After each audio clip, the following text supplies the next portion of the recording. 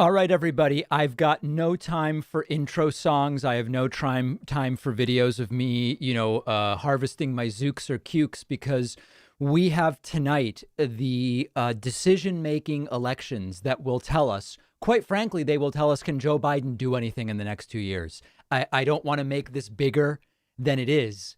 I don't think it would be possible to be hyperbolic. I guess hyperbolic would be the world is depending on this. It's probably a little too much, but there will be many Americans who may remain financially viable if the two Democratic challengers win tonight. There is a potential third stimulus riding on tonight. Public option is like, don't even dream about it if Democrats don't get these two seats. And I have to tell you, so far, things are actually looking okay. We have two special runoff elections in the state of Georgia. With 23% reporting, Raphael Warnock is leading incumbent lunatic Republican Kelly Loeffler by 7. And with 23% reporting, Jon Ossoff, challenger, is leading corrosive, toxic incumbent Republican David Perdue, currently quarantining for COVID exposure, by 6. Those are the numbers as of right now, as of 1 minute ago. And as always, the devil is in the details when you look at where the early vote is from. Very powerful early vote from Atlanta, Fulton County, DeKalb County, Gwinnett County, very important counties for Democrats. Athens, Georgia, Clark County, where one of our first radio affiliates, WPPP. Wait a second. Is it in Athens or Rome? Now I don't remember. Where is can anybody where is WPPP? Is that in Athens, or I thought it was Athens, but maybe it's Rome, Georgia. Nobody knows. Okay. Anyway, these are places you would expect Democrats to be doing well. And they are doing well. So we are going to have to wait and see. And we are looking at everything very closely. Ossoff plus 6 once again right now. And, whoa, where did that go?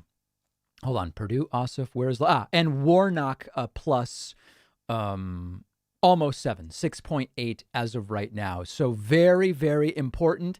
And meanwhile, as this is going on, literally right now, there is a so-called Stop the Steal super spreader event. I don't know if this is some kind of error or an actual flowchart of supposed fraud. I thought it was like a blue screen of death for a second. No, this is actually a slide of some kind. This is the Stop the Steal pre-rally rally ahead of tomorrow, the official vote count. So I will be with you tomorrow starting at 1 p.m. East, 10 a.m. West, for the proceedings in the House of Representatives, a joint session led by Vice President Mike Pence. But we tonight are looking at Georgia. Who will control the Senate? If Democrats get these two seats, then it will be 50-50. In the case of a tie, Vice President Kamala Harris gets to break the tie. Without either of these, both must be won by Democrats. Without either of these, there will be a Republican-controlled Senate. That is the reality, and that will essentially impede Joe Biden from many of the big picture items, the big items that he wants to do. So this is all really important. So I have tons of things to share with you today, but one last time, just an update on the numbers. As of 4 minutes ago, as of 1 minute ago, Warnock still plus 7 and Ossoff still plus 6, and a very important evening. I am so glad that you are with me today. Okay, I don't even know where to start, quite frankly, because there is just so much to talk about and so much to discuss. Let's look at just a couple of super chats. Jaden says, my grandfather in Indiana is dying of COVID in hospice. Oh my God, I'm so sorry. Instead of a hospital, because there are no beds and the residents are all infected. His children still deny the virus exists. That is horrifying, Jaden. I'm so sorry to hear that. And there is, listen, real life consequences. This is not politics as sport. I know it's sport to many, but this is real life. That's the reality, and we're dealing with a death cult. Here's Matthew, who says, may have caught COVID from my dad, a nurse, who hasn't taken the virus seriously since he doesn't work in the ICU. We need the seats now more than ever. Jeremy asking, do you think this is a blue mirage? Well, that's exactly the point. Listen, guys, we have seen states flip from where they were at 94% reporting. And as you can see, we've already seen, just while we were talking, Warnock's lead shrunk from 7 to 6 and Ossoff's lead shrunk from 6 to 5. This is going to be a long night. There is no celebration here. I see people like Val on Twitch saying no celebration till it's over. Of course not. You're not seeing me celebrate. This is very, very early. Very, very early. Serge says, David, Happy New Year. Looking forward to the 20th. Okay, let's get to a couple of fun things just because I have them and we're watching these results come in and we have plenty of time to continue watching these. I have a couple of fun things for you guys. And before I even jump into those, I do want to say thank you to the 13 people who just grabbed subscriptions on Twitch. I really appreciate you guys. And Twitch is, we were just talking actually with producer Pat earlier. Twitch and our premium Substack newsletter are two of our big priorities for 2021. Also want to say a big thank you to David Hines, who just grabbed a subscription at joinpacman.com, putting us at 14. And yes, I opened the phone lines yesterday, and I would love to open them again today. We have a very modest goal of 100. We got to like 440 yesterday. The phone lines were quadruply blown wide open. So that was yesterday. Okay. I have a couple of things for you guys. One, I have a hot new track for you, which is wait a second, where is it?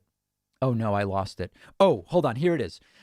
Many of you probably heard the Trump Georgia phone call where he asks for 11,780 votes. DJ Physic, one of our great friends, put together a new track for us. This is called 11:9, the magic number. This is a songification of Trump asking for 11,000 votes. All I want to do is this. I just want to find 11,780 votes, which is one more than we have. Because we won the state. You know what they did, and you're not reporting it. That's a number of 11,779. That's a number of 11,779. That's a number of 11,779. 11,9. That's something I think everyone, at least that's the number that everyone agrees on.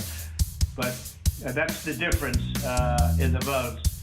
But we've had hundreds of thousands of ballots that we're able to actually, we'll get you a pretty accurate number. You don't need much of a number because the number that, in theory, I lost by the number of 11,770. Okay, so you guys get the idea. That's a perfect new track. And then one other one. This is a new OnlyFans track. I don't know if you guys remember this call, but a caller named Flippy from Indiana called in and said it's time for me to show my Zooks on an OnlyFans. That has now... Oh, wait a second. What is this? Oh, here it is. This is now a songification of that. This is the It's Time phone call. This is from Betazoid. Flippy from Indiana. Flippy from Indiana, please unmute. You are on the air, my friend. Hi, can you hear me?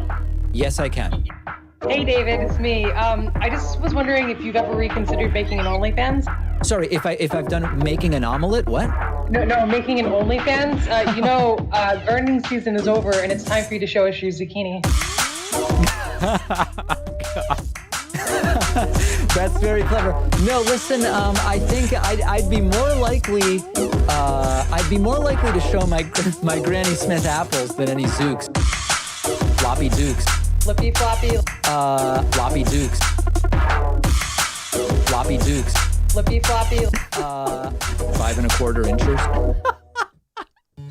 Oh my God, that is just perfect. So really, really powerful day from the standpoint of music here at the David Pakman Show, and I really appreciate everybody sending in those songs. You guys remember those? It was literally a floppy disk, like it was soft. I don't know how else to describe it. Bendable, I guess would be the word. And I remember I was sort of at the end of that when I entered the world of computing. the 3.5-incher was pretty widespread, firm, as you know, and the 5.25 floppy was sort of like a relic. It was like a goof. You would goof on the 5.25. Okay, very good. David says Black Lives Matter should wear pink to the rallies tomorrow. No way Proud Boys won't wear pink. Fragile masculinity. Whoa, that's aggressive. Brendan asking if I've received any voicemails from the Prickless guy recently. I have not. And I don't want to say one way or the other, but the FBI did recently visit some of our callers, and that likely will impact the number of calls we're receiving from some people. I don't want to say too much more. But what I will tell you is that Repeater has continued to call in. Basically, at any time that I check our voicemail line, Repeater has called recently. His last call is 61 minutes ago. This is the latest from Repeater. Take a listen here. David, there wasn't anything wrong with the phone call yesterday. Everything Trump said in the phone call, there are videos. We're talking videos to back up what he was saying. And so that's Repeater 61 minutes ago. Here is Repeater 68 minutes ago.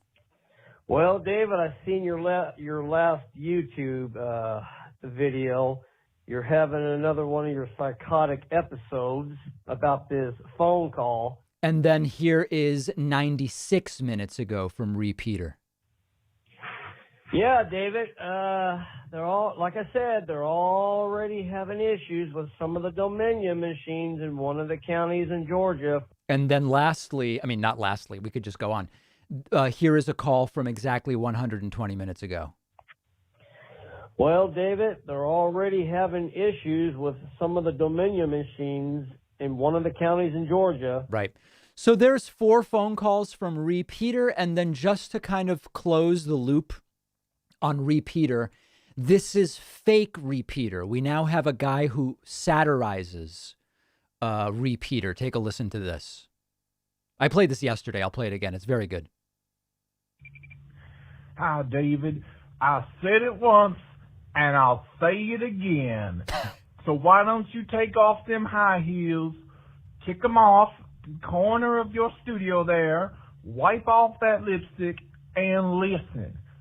99% of people who get this virus survive. That means that at least 1% die. It could be anywhere from 2% to 3%. I've even heard reports on my backwoods news network that it can get up to 6%. But 99% of people survive. So why don't you get off them Dominion phone calling systems there and actually listen to what I have to say. 99% of people survive. Only about 6 to 7% die. All right, so that's fake Repeater. To be clear, that's a friend of the show. That is fake Repeater.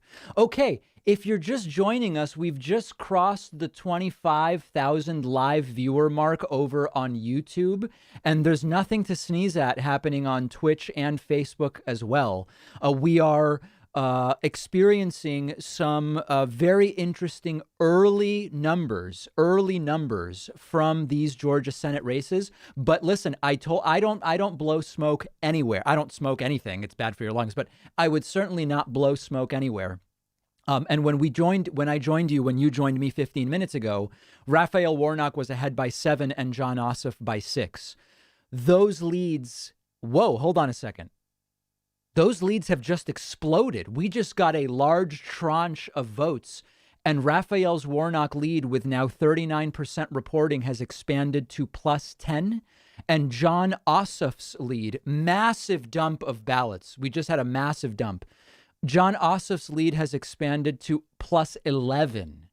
These are some compelling numbers, and we are very quickly getting into the range where we can start doing math. Like, for example, if at 50% the lead is X, the person losing needs Y% of the vote to retake the lead. It's only 8:16 p.m. here on the East Coast. But once you're at 39% reporting, you're not that far. By 55%, if you have a large lead, you can start doing this math, and we are starting to get close to that. So I'm so thrilled that everybody's with me as these historic votes are counted. Let me say just a few other quick thank yous. I do want to say thanks to the 22 additional Twitch subscribers, which puts us at 38. And then also, I want to say thanks for people who just signed up at joinpacman.com. Jeff Lawson is a new member. Susan Lishman. Eva Zikowska. I hope I got that right. Michael Browning. Patrick Rudzint. And Brian Gardner. Very much appreciate that. That puts us at 44. And we do have every intention, with peace and love, of opening the phone lines if we are, if you are generous enough to get us to 100. Okay, as we continue to see the vote count come in, and it is coming in very powerfully, do you guys want to hear, this is not a joke, okay? Michael Cohen, Trump's former lawyer, has issued an opinion about our borderline illegal membership specials. I'm really not kidding. It's really Michael Cohen. And he really issued a statement about our membership discounts. He does refer to me as David Parkman in the video. Is that interesting? Does anybody care about that? Or should we skip that? No, people don't want it. Okay, no, I won't put it. I won't do it then. I have video of Michael Cohen, but... Oh, okay. People do want it. Okay, all right, here's the deal. Our friend Chakoseki, who's actually a radiologist, hired Michael Cohen on Cameo to cut the following video. Let's take a look at it. And he is issuing, he says he knows about illegal things. All right, take a look at this. Let me get this up for you. It's pretty funny. But this is definitely a warning in the era of Biden. Here's Michael Cohen addressing our membership discount. Hey, David Parkman, it's Michael Cohen here. Yep, Michael Cohen, former personal attorney and fixer, to now, thank God, T-minus 15 days and counting, to former President Donald J. Trump. I'm also the podcaster of Mea Culpa and the author of the #1 New York Times bestseller, Disloyal. I hope you read it. So, David, your buddy who asked me to reach out to you. First and foremost, I need to talk to you about this borderline illegal membership coupon that you have going for this streaming news program, the David Parkman Show. Well, here's the bottom line.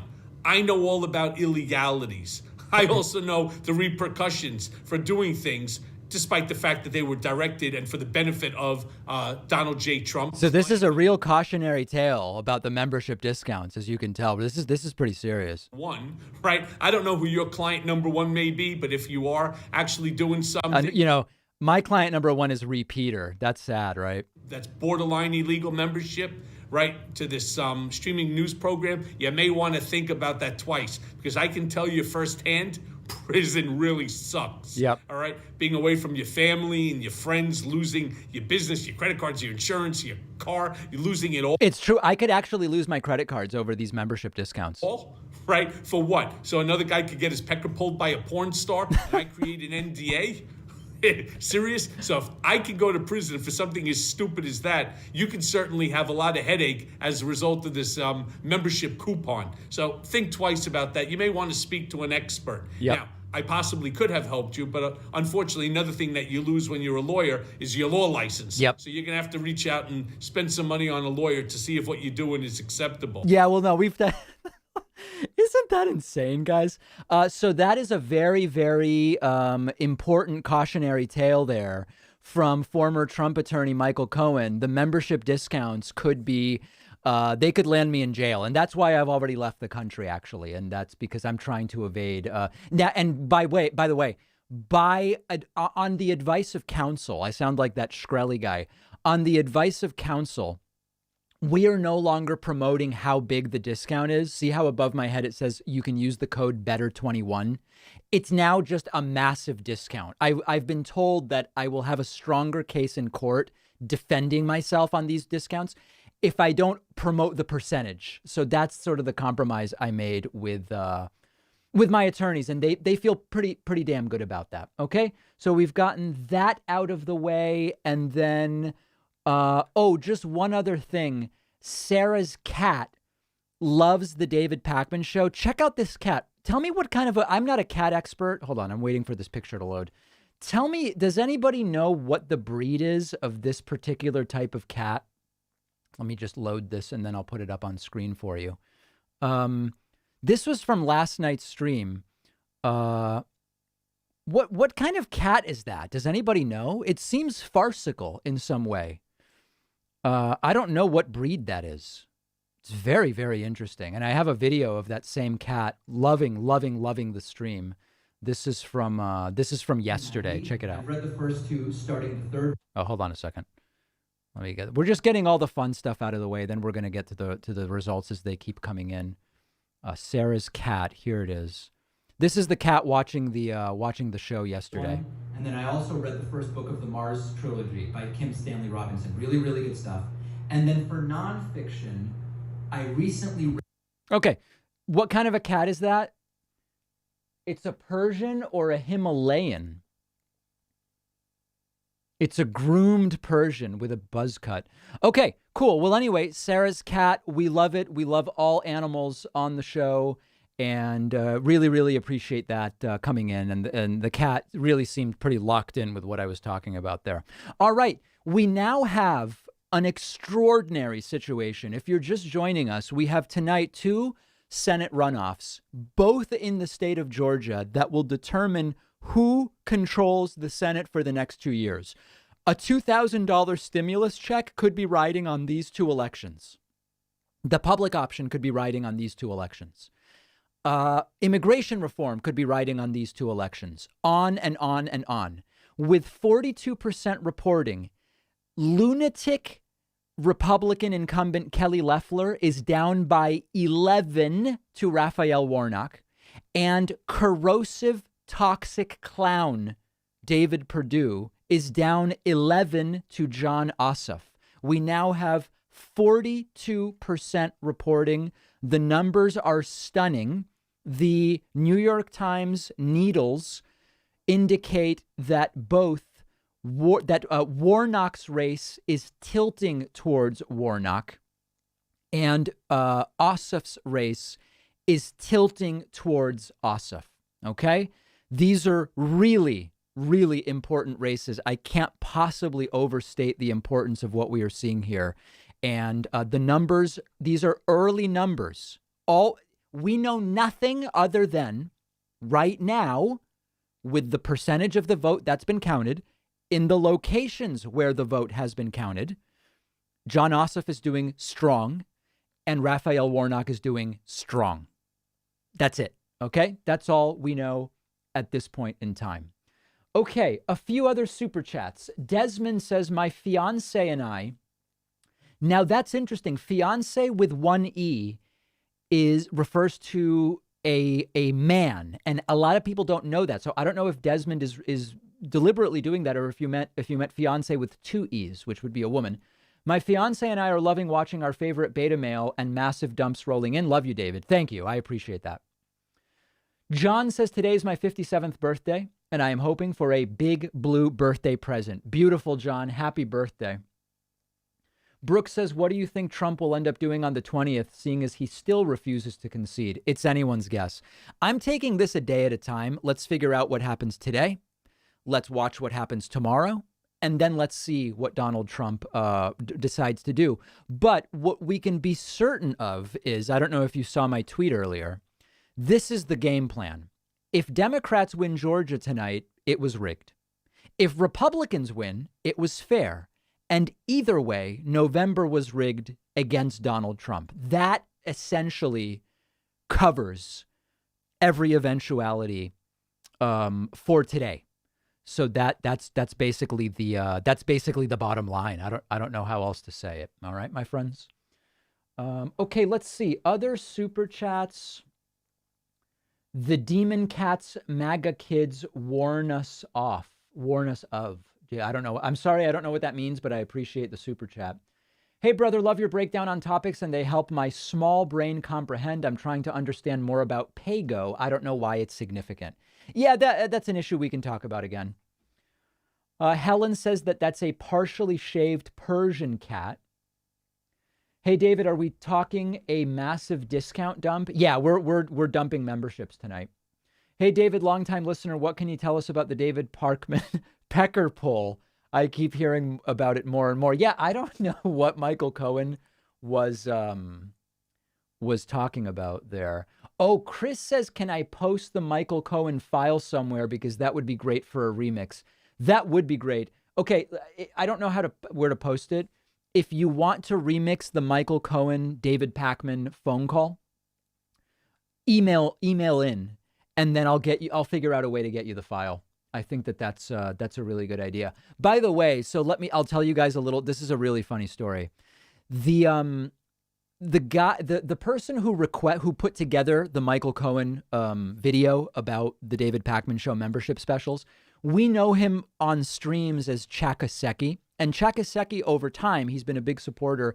He revealed he's actually a physician. He's a medical doctor, a radiologist. And just with the guys, we were talking about who is this guy, and we just Googled him by his real name, and I won't out who he is. And we found like his medical practice page and his like portrait with the lab coat and everything. And so I have drawn up this scenario in my mind where I'm imagining, for some reason, I imagine radiologists are in the basement of the hospital, even though they could really be anywhere. And right now they're probably at home because they're just reviewing images. I imagine Chakaseki radiologist in his lab coat in a dark basement on a computer with two screens. On one, he's writing up reports about radiology images. And on the other, he's typing out a script for Michael Cohen to say something about the David Parkman pecker poll or whatever else. That's like the image I have, the scenario I've drawn up about how these things all go down. And it may be nothing like that. It may be nothing like that. I imagine he's going from saying, yes, patient clearly has a stress fracture on the left ankle, and then, Michael Cohen, please send a message to David Pakman. I'm sure he's way more professional than that. But I don't know. Mike says, David, been watching your videos on YouTube the last 2 months regards to the election. Your videos are great. Keep it up, man. Thank you. I appreciate that. Have I heard about the massive New Year's Eve party in NorCal? Lots of nurses present from area hospitals. I did hear about that, and it's wacky. It's completely wacky. Let's get a vote count update. With 44% reporting, the margin has shrunk a little bit. Raphael Warnock is now leading the incumbent Republican Kelly Loeffler by 10, and Jon Ossoff is leading the incumbent Republican David Perdue by 9. Now, I don't want to get ahead of where the data is, but I also don't want to sort of pretend like this isn't something that's going on. We are starting to get close to we're at 45% reporting. When we get to 50, 55, 58, 59, if the margins stay this large, it's not inconceivable that these races could become mathematically out of reach for the candidates losing at that point in time. I'm not going to jinx anything. I'm just saying, if you have a margin of 8 or 9, by the time you get to 60-ish, you start to say, well, the person who's behind needs 65% of the remaining vote. How likely is that? If the lead persists up to 65% reporting, you could say, well, they're going to need to get 70% of the remaining votes. So the vote is actually coming in fast enough that we could be a half hour if the leads don't shrink. That's a big if. If the leads don't shrink, we could be about a half hour from getting some relevant data about what needs to happen in the remaining period of time for these numbers to turn around. It's early, and we're not going to get ahead of ourselves. And as people are pointing out, yeah, let's do that next. If you look at some of these maps, this is which one? This is Warnock Loeffler. If you look at Atlanta, Fulton County, 82% of the vote is in. DeKalb. Oh, only 27 there. Okay, well, that's good for Warnock. Gwinnett, 20. Actually, yeah. So Fulton County is in very strongly, but a lot of these other areas, I understand that some red areas have, like, here you have all these counties with just 2%, but there's almost no people there. So all we can do is wait. All we can do is wait, and that is exactly what we are doing right now. Okay, let's see here. A few other thank yous. I do want to say thanks to the 19 additional Twitch subscribers, which puts us at 63. And then over on the website, I also want to say, hold on a second. 1, 2, 3, 4, 5, 6, 7. I want to say thanks to an additional 27 people who signed up, which puts us actually at exactly 90. And we will get some guaranteed open phone lines if we get to 100. All right. So very important stuff that is going on. Sari says on Twitch, I can't believe we're still seeing more lawsuits and BS from Trump. It's insane. And by the way, I mentioned this at the top. Right now, I guess it's over. Oh, it ended, right? Oh no, is it still going on? No, it's not. Okay. There was a Stop the Steal rally just going on for hours. Oh, and now they deleted the video. Okay, the Stop the Steal rally is over, and there's going to be another rally tomorrow. And by the way, I should even mention that actually.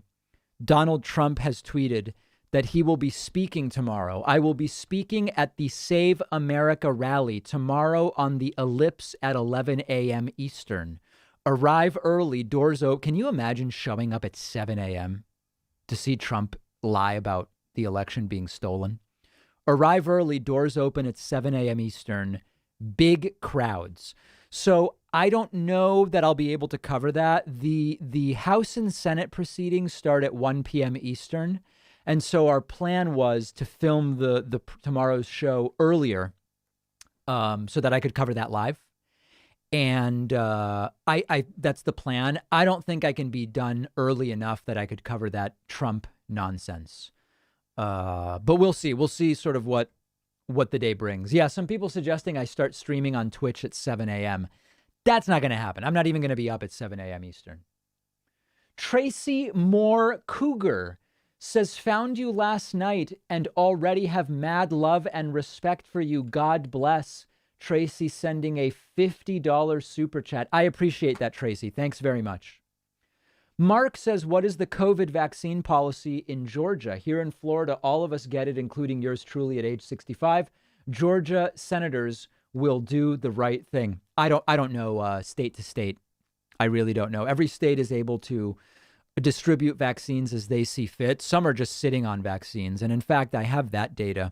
We can look at that real quick. The latest numbers are that the United States has administered 5 million doses, 5 million doses, which is, let's see exactly what percent that is. It's 1 point something. Let's see here. Whoa, full screen. Okay. 5.05 million divided by 331 million. Okay, yeah, so it's 1.5. Now, I actually, let me play something interesting for you guys. You may find this interesting. Many of you recommended that I interview Eric Topol, and he's a doctor. And I did interview him today, and the interview isn't publishing for a little bit. But it's absolutely fascinating. Let me just play. He had something interesting to say about vaccines. I'll just preview this. We haven't published this yet. Obviously, if you're a member, you do have access to this already. Let me see if I can get to that part. Let's see. We got to go fast now. This is a race against. Okay, nope, that wasn't it. Let's see where it was. Right. And we're not even quite at 5 million yet. So there is an issue, of course, that the vaccines have largely been delivered. That is, there's close to 20 million out there now, but they're just not getting in people's arms. Right. shots. Now, to get this herd immunity, which is the only way to get to herd immunity, not through natural infections, through vaccines, we need to get, at least approximately 70% of people. But the good part in the United States, if there is a good thing, this is important, is that we let this virus go with rampant spread. And so we have at least 60 to 70 million people who have natural infection-induced immune response. So you believe that's important now. So that's about 3x the official cases. You believe the real infection rate is about 3 times the official 20 million or so. That's right. It was just published today, actually, just before we got together in JAMA Network Open, that it's at least 3.2x of the numbers. So we are 20 million. So we're at about 65 million based on all the studies. So the point here is that we could get there faster. Go back to your really great question about what if we had a neutralization antibody to the virus, to the spike protein. If we had that, and we could say rapidly, you're coming into your vaccine, you're in the line, in the queue, and we tested you, and a couple minutes later say, well, you're good to go. You're good right now. You don't need the vaccine. We need to defer you until we get to 70%. Now, if we could tap into that 60 plus 65 million people, we can get there a lot faster. But if we don't do that, we're looking at third quarter at best. That means we got to get to 2 to 3 million vaccine people a day. A day. Now we're at 5 million after 3 weeks, and that's only 1 of 2 doses. Plus getting them all a second dose. Now, the J&J vaccine, which is the Janssen's coming out, perhaps early February, even later this month. If that clicks, that's a single dose. So that will make life easier. Plus, it doesn't require freezing. So that will make the logistics easier, and it will also add to our vaccine supply. But overall, we're not going to get to population immunity that we need. The faster, the better, especially with this new strain, this new B117.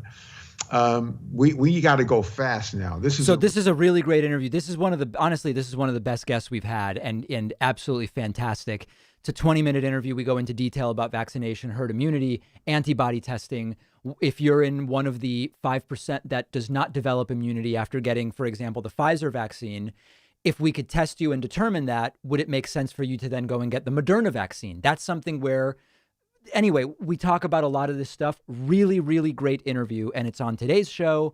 Our members already have access to it, and we'll be publishing it publicly at some point very, very soon. So important stuff. All right, let's get the latest numbers out of Georgia.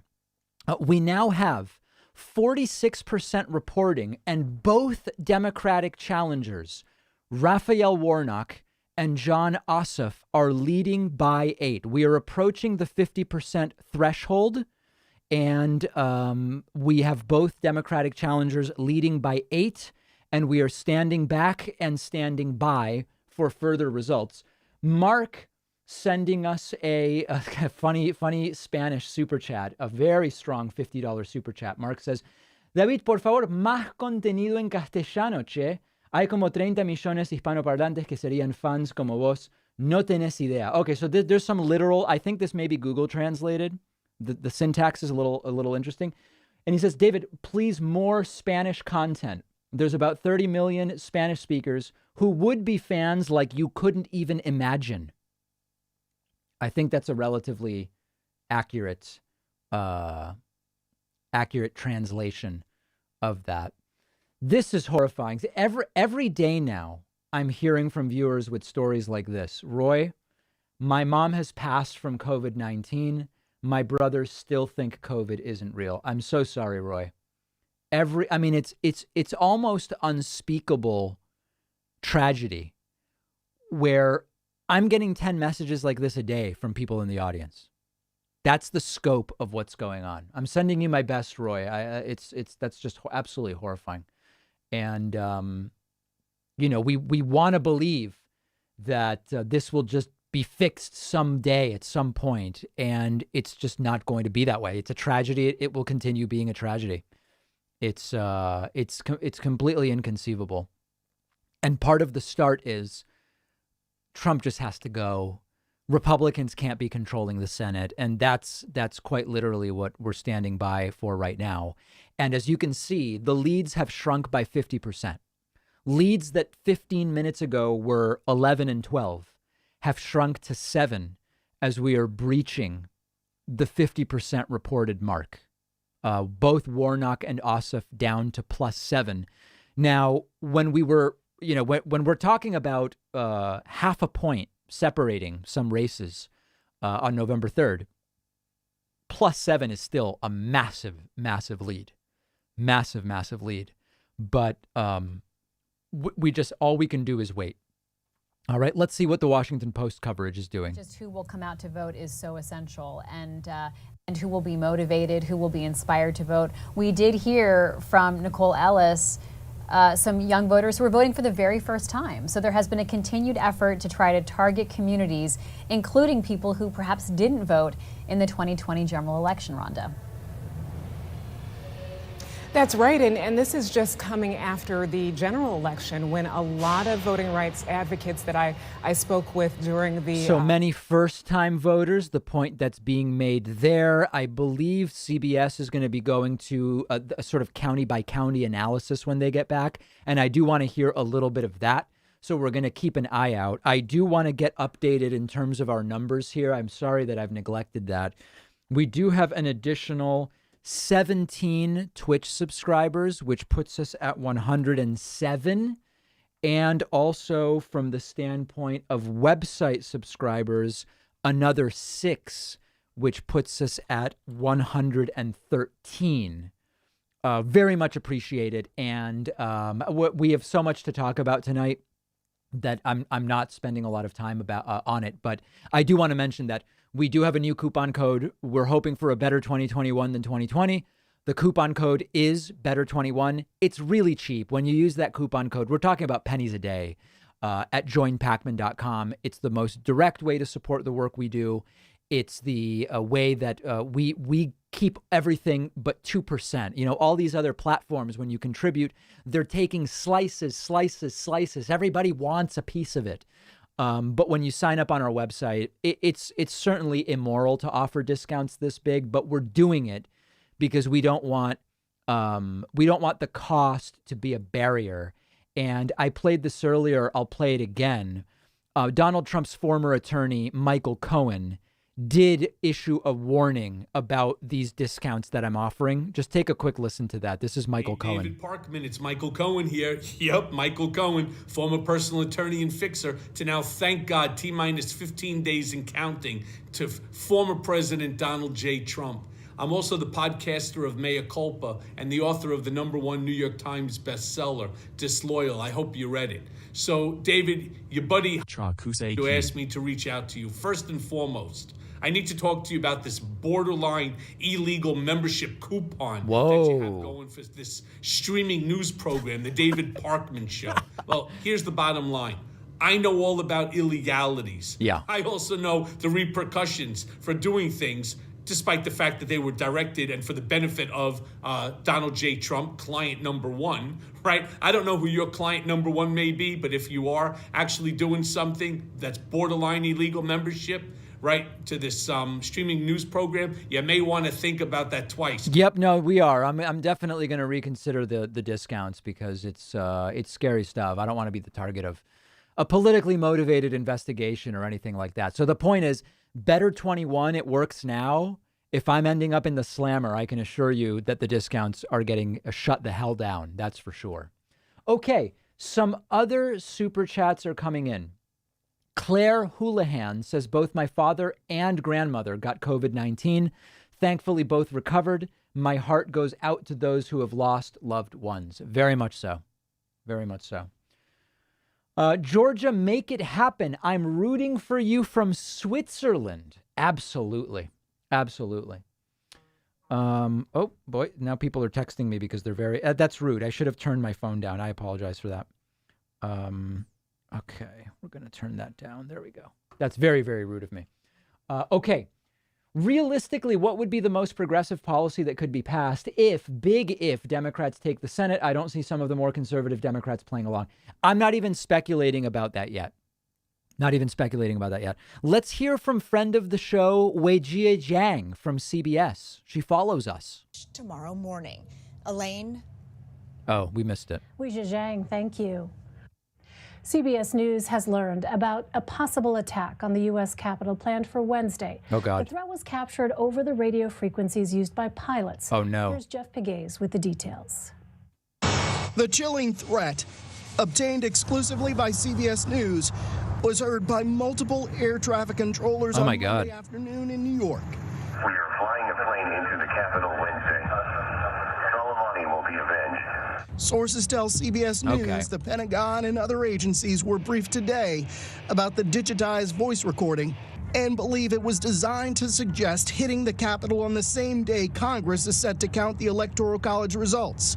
The recording refers to Qasem Soleimani, the Iranian general killed in a U.S. drone strike ordered by President Trump, and came on the 1-year anniversary of his death. Yeah, I mean, very scary. I don't, I think the veracity of that certainly has to be investigated. We have seen yet another shrinkage in the leads for the Democratic challengers as the vote continues to be counted. As we've gone from the 30s to the 40s to the 50s in terms of the vote count, the leads for the Democratic challengers have shrunk from 12 to 11, 10, 9, 8, 7. And now the lead for Raphael Warnock is 6. And the lead for challenger Jon Ossoff is 5. These could end up being very, very close races. And we still have discrepancies in terms of the parts of the state where we have more of the vote and the parts of the state where we don't. But we are experiencing lead shrinkage as we speak, and we're going to continue monitoring these numbers. 54% of the vote now. And another little bit of a ping for Kelly Loeffler, gaining by another 0.1 percentage point on Raphael Warnock. So we're going to be watching that. We're going to be watching that very, very closely. And the vote count, it comes slowly. Then there's a massive vote dump, and then slowly again. And it's very, very much irregular. Very, very irregular, I think, is the way that I would sort of put it. Okay. Do you guys want to see... Well, I'll just show it to you. This is really pretty funny. This is Lou Dobbs on Fox Business. He's been one of the primary promulgators of election-related conspiracy theories that are completely without evidence. He had a moment. Let me see if an ad is going to play, because if it is, an ad is playing. Okay. Whoa, this is a weird ad. Let's just skip that. I have an ad blocker. I don't know why the ad is playing. Okay, this is like, this is just so funny because Lou Dobbs almost gets to the truth. Lou Dobbs says, how is it that we don't have any evidence for all of this voter fraud that happened? This is so funny. Take a listen. From the election, and we still don't have verifiable, tangible support for the crimes that everyone knows were committed. That is, defrauding other citizens who voted with fraudulent votes. We know that's the case in Nevada. We know it's the case in Pennsylvania and a number of other states, but we have had a devil of a time finding actual proof. Why? So he almost gets there, right? And I'm gonna talk about a term here momentarily called doxastic closure. All right. Lou Dobbs almost gets, so many people, if you're open, right, you would say, listen, there's all these claims of fraud. There was fraud in Michigan and Pennsylvania and Georgia, and voting machines were stolen or piece parts were replaced, and there were massive dumps, and they didn't feed the workers correctly, and there were no sandwiches in the back of the, you have these 100 things, and we have no evidence for any of it. Maybe it's not true, right? So that would be how someone who is skeptical but healthy would go about it.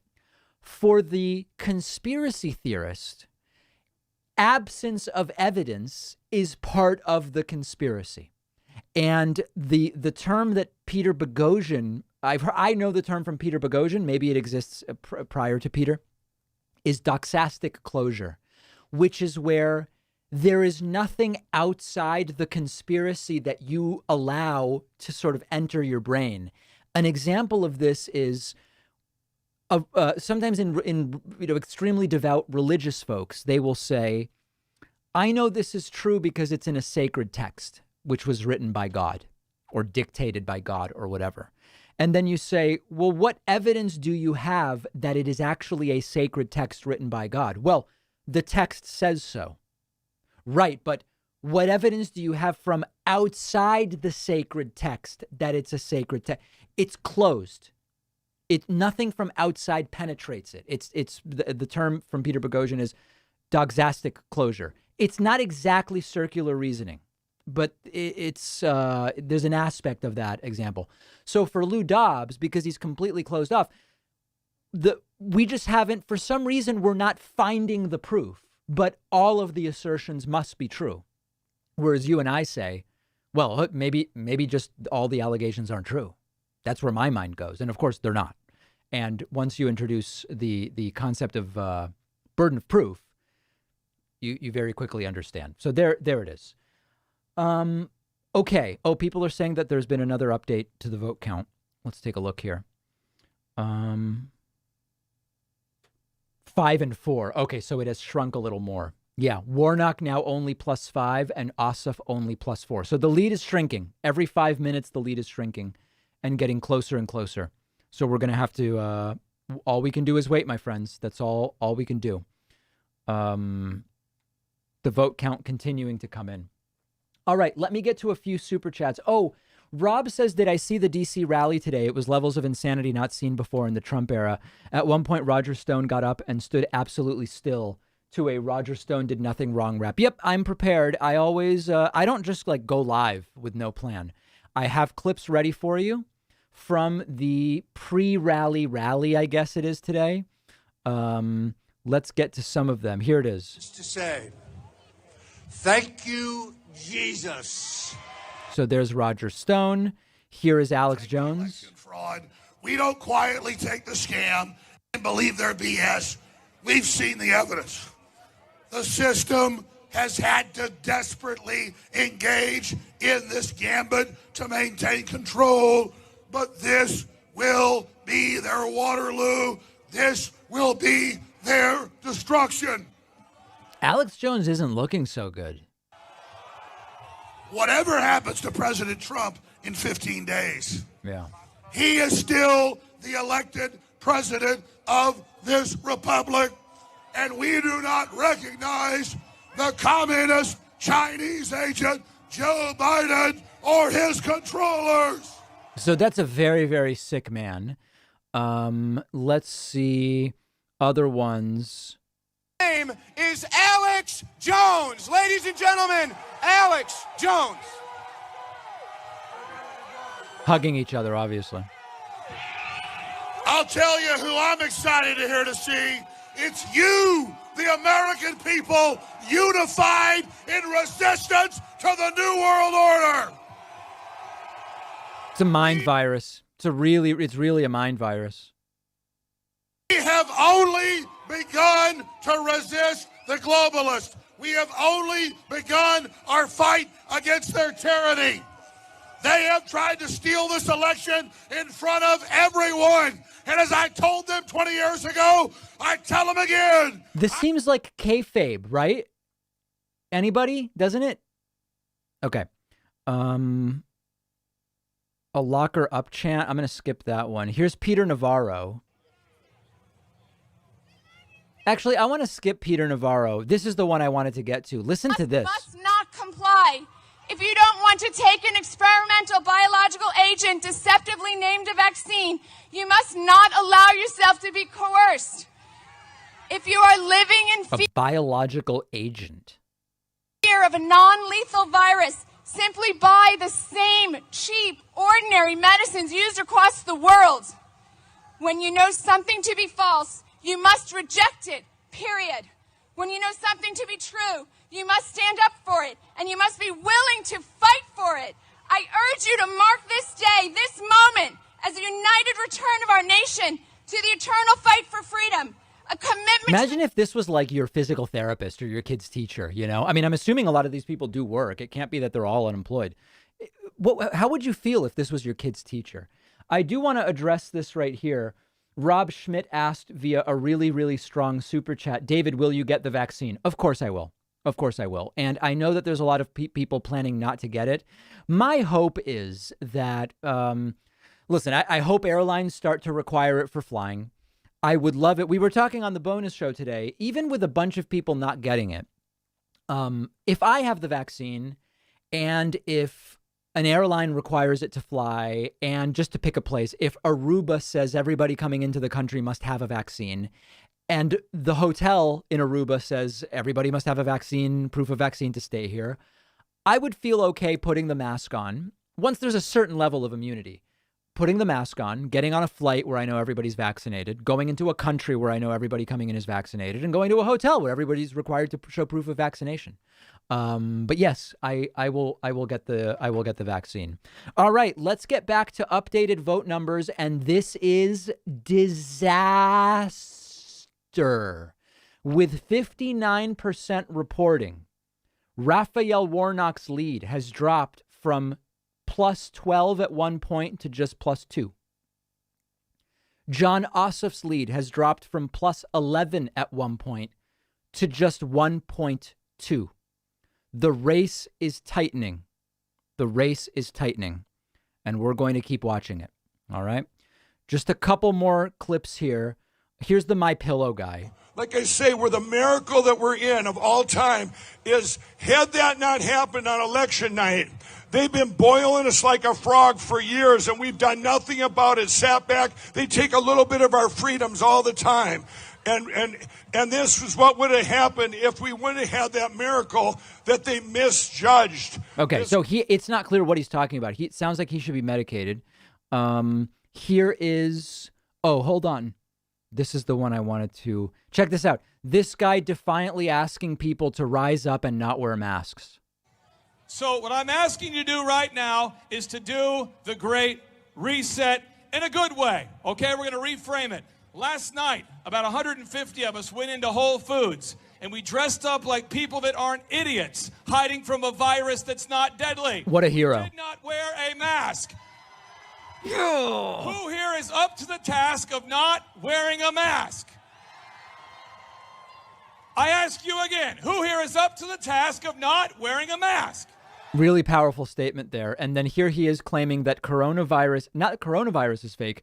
Coronavirus tests are fake. My wife is approximately 5 feet tall.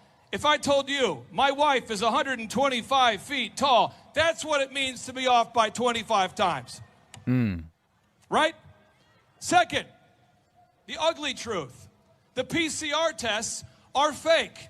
The COVID-19 PCR tests are fake. And if you go to my podcast, you can hear interviews. You can hear the founder of the PCR test, Carrie Mullins, explaining to you the PCR tests are supposed to be calibrated at 17, someone should write this down, 17 to 20 cycles. Those are calibrated at 40 cycles. What does that mean? It means that it's like your speedometer is telling you you're driving 400 miles an hour when you're driving 7 miles an hour. Whoa, cuckoo for Cocoa Puffs. More. And Donald J. Trump doesn't need their money. Donald J. Oh, is this, just from the voice, it sounds like that woman, Melissa Carone. Trump doesn't need their influence. He stands on what's righteous and just. It is, people are saying stomach turning in the chat. It is stomach turning. The more righteous your fight, the more just your fight, the more terror and people are going to come against you. And that's how you know you're doing the right thing and you're on the right side of history. You know what that reminds me of? That reminds me of this right here. Hold on. Does that ring a bell to anybody? This is what it sounds like.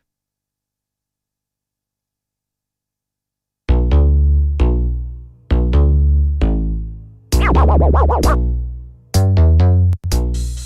sound of victory. A sound of victory. I hear a sound of shouting and singing. Anyway, that's what that last one sounded like to me. Oh, and you guys want to hear the anti-Semitic one? I mean, it's like there's typically anti-Semitism at these things. If you want to hear the anti-Semitism, I'll play it. I don't know if people want it. Just to hear it? Okay. Now, our next speaker is one of the most fiery activists I've ever known. Yeah. She's tireless. She's relentless. She will do research. She's the only person I know who does. She watches George Soros speeches. Soros. For fun. But you know what happened when she looked one of those up? She found that he was talking about Chief Justice John Roberts like George Soros owned him. Right. And Lynn Wood retweeted it for her. She gets this information because she never stops.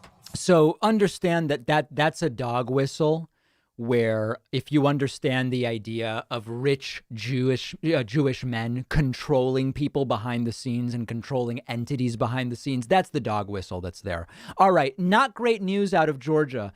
Raphael Warnock's lead is now down to just 1.5 points, and Jon Ossoff's lead is now only 0.8 of a single point. This is the worst that the numbers have looked all night. I'm just the messenger. I was here with you when the numbers looked good, and I'm here with you right now. Okay? All we can do is wait. And let me make sure that I get caught up here. I do want to thank the 11 additional Twitch subscribers, which puts us at 124. Let's go for 306 tonight, because that's the number of electoral votes Joe Biden has received. We got to like 440 yesterday. And then I also want to say thank you to an additional 24 website members, which puts us at 148. That is an insane number, and I really appreciate it. Okay, let me get to some super chats here. This is important. Dally Madison via Twitch sub says, Cleta Mitchell, Trump's attorney on the Georgia call, lost her job today. Yeah, so on that insane Georgia call, the treasonous, impeachable Georgia call, there was this attorney, Cleta Mitchell, who was sort of like on Trump's side. And she was a partner at a law firm. And the law firm, after finding out that she was involved in it, she was fired today. So she's done. Dunzo. Mark Schwartz says, taking a dinner break. We will keep the faith. Going to subscribe to the website. Bye for now. I think Mark has sent like $200 worth of super chats tonight. Mark, I really appreciate it. Really appreciate it. Heather says, I bought SPY puts today, expiring tomorrow. Market has been very complacent and is not expecting Democrats to win. As many of you know, my approach is I am long, and I have just continued dollar cost averaging in. When the big dip happened in March, I just kept buying. In April, I kept buying. May, June, July, August, September. So I'm not doing calls, puts. I've got no margin. I'm just long, dollar cost averaged, ultra wide, total stock market index, total bond market index. That's me. And I know people asking about my Bitcoin. I don't know. I guess there's no real problem with me mentioning this. I've been in Bitcoin for years and years and years, and it did hit a new all-time high. And what I did on I did it on January 1st, actually, because I wanted to do it in 2021. I sold 20% of my Bitcoin on January 1 just to lock in some of the gains because it's exploded. And what's crazy is since that day, it's gone up again by so much that I'm back to having the same amount in terms of USD. It's insane. It's insane what's going on. And it could crash tomorrow and be worth zero. I would never dream of, and of course I declare it on my taxes. Of course I declare it on my taxes. I think it's a 1098 or something, but because I sold it in 2021, I don't have to declare it until 2022. That's legal. I'm not doing anything sketchy. That's just the way it works. 2021, you declare in 2022. Beautiful. All right, good. Other super chats coming in. Carrie says this is scarier than a horror film. It is. It is. Grace says, I think something's wrong. I received my first dose of the Moderna vaccine in December, and I still can't speak Chinese. Should I worry? Yeah, I would worry about that. Current margins versus November margins on New York Times look good. That is a perspective. I think that we're going to know the results so soon that it's not even that worthwhile to make those kinds of comparisons. But Raphael Warnock's lead is now down again to 1.1. And Jon Ossoff is now barely in the lead with 0.1% of a lead. Look at that. Those are Stunning numbers. And I understand people are saying, well, at this point on November 3rd, Perdue was up slightly, so it's better than that. This is a totally different situation. And Perdue now pulling even, 50-50, 50-50, alert, 50-50 now. Jon Ossoff, David Perdue are tied, and now Ossoff back up by 9/100ths of a point. Warnock down to being up by only 2/3 of a point. So this is very close. Those plus 12 numbers 35 minutes ago, that's not the way this is looking. Mark Schwartz says, one last donation before dinner. I got my $600 incentive and I'm glad to share it. Have a good dinner, Mark. I appreciate it. Very, very much appreciate the support. Speak to Destiny. Yeah, I'd be up for checking in with Destiny if people want me to. Sometimes people get angry when I check in with Destiny. Sometimes people like it. I don't know. I'm willing to check in. Let's see if we can raise Destiny just real quick. We have to. It'll be very brief. Very, very brief. ajc.com/politics. Let's see. /politics/ election results. Do they have a good platform? Okay, yeah, I don't know that it's that much better than what we're looking at from the New York Times.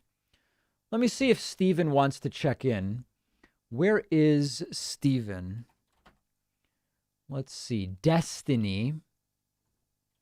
Want to check in real quick about Georgia? I'd be interested in hearing about his canvassing and how that went. Yeah, I also heard about some ugly stuff that happened with his sort of like lead organizer. I don't know. It's pretty. I don't even know if he's streaming, honestly. He says, sure, call away. Okay, let's just check in real quick with Destiny. I do want to check in with him. Let me see here. Input device and output device. Steven? David, twitch.tv/DPACPacman. How are you doing today? How are you? I've been looking forward to just checking in with you. Yeah, well, thank you for checking in. I've been doing great today. Played a little bit of Minecraft. I got back from my vacation. I had some Chipotle today with barbacoa. So, oh my God, Chipotle. There's no local burrito place you could go to? Why'd I go to a local burrito place when I could support American businesses? Do you hate the global poor? Dear God. So listen, I do want to say, you and I have had our disagreements over time, but your work canvassing in Georgia, I don't know that, who else was doing that level of organizing? I do want to congratulate you on it. I think it's fantastic.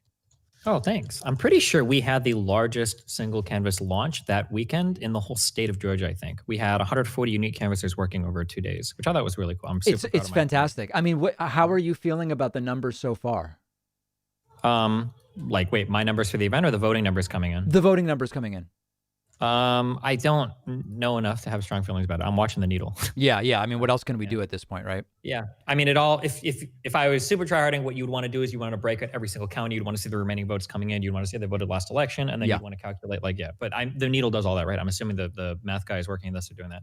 It looks like there's a ton of votes still outstanding in the Atlanta area. Yep. It looks like so far, based on tweets I'm clicking on, it seems like a lot of the counties are overperforming their last election cycle. Yes.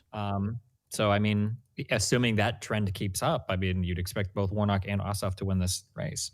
Let me ask you this, and if this is like a touchy subject or if there's litigation that you can't talk about this, that's fine. I heard that something really ugly happened from the standpoint of your lead organizer for the canvassing event. Is that true or was that a false rumor?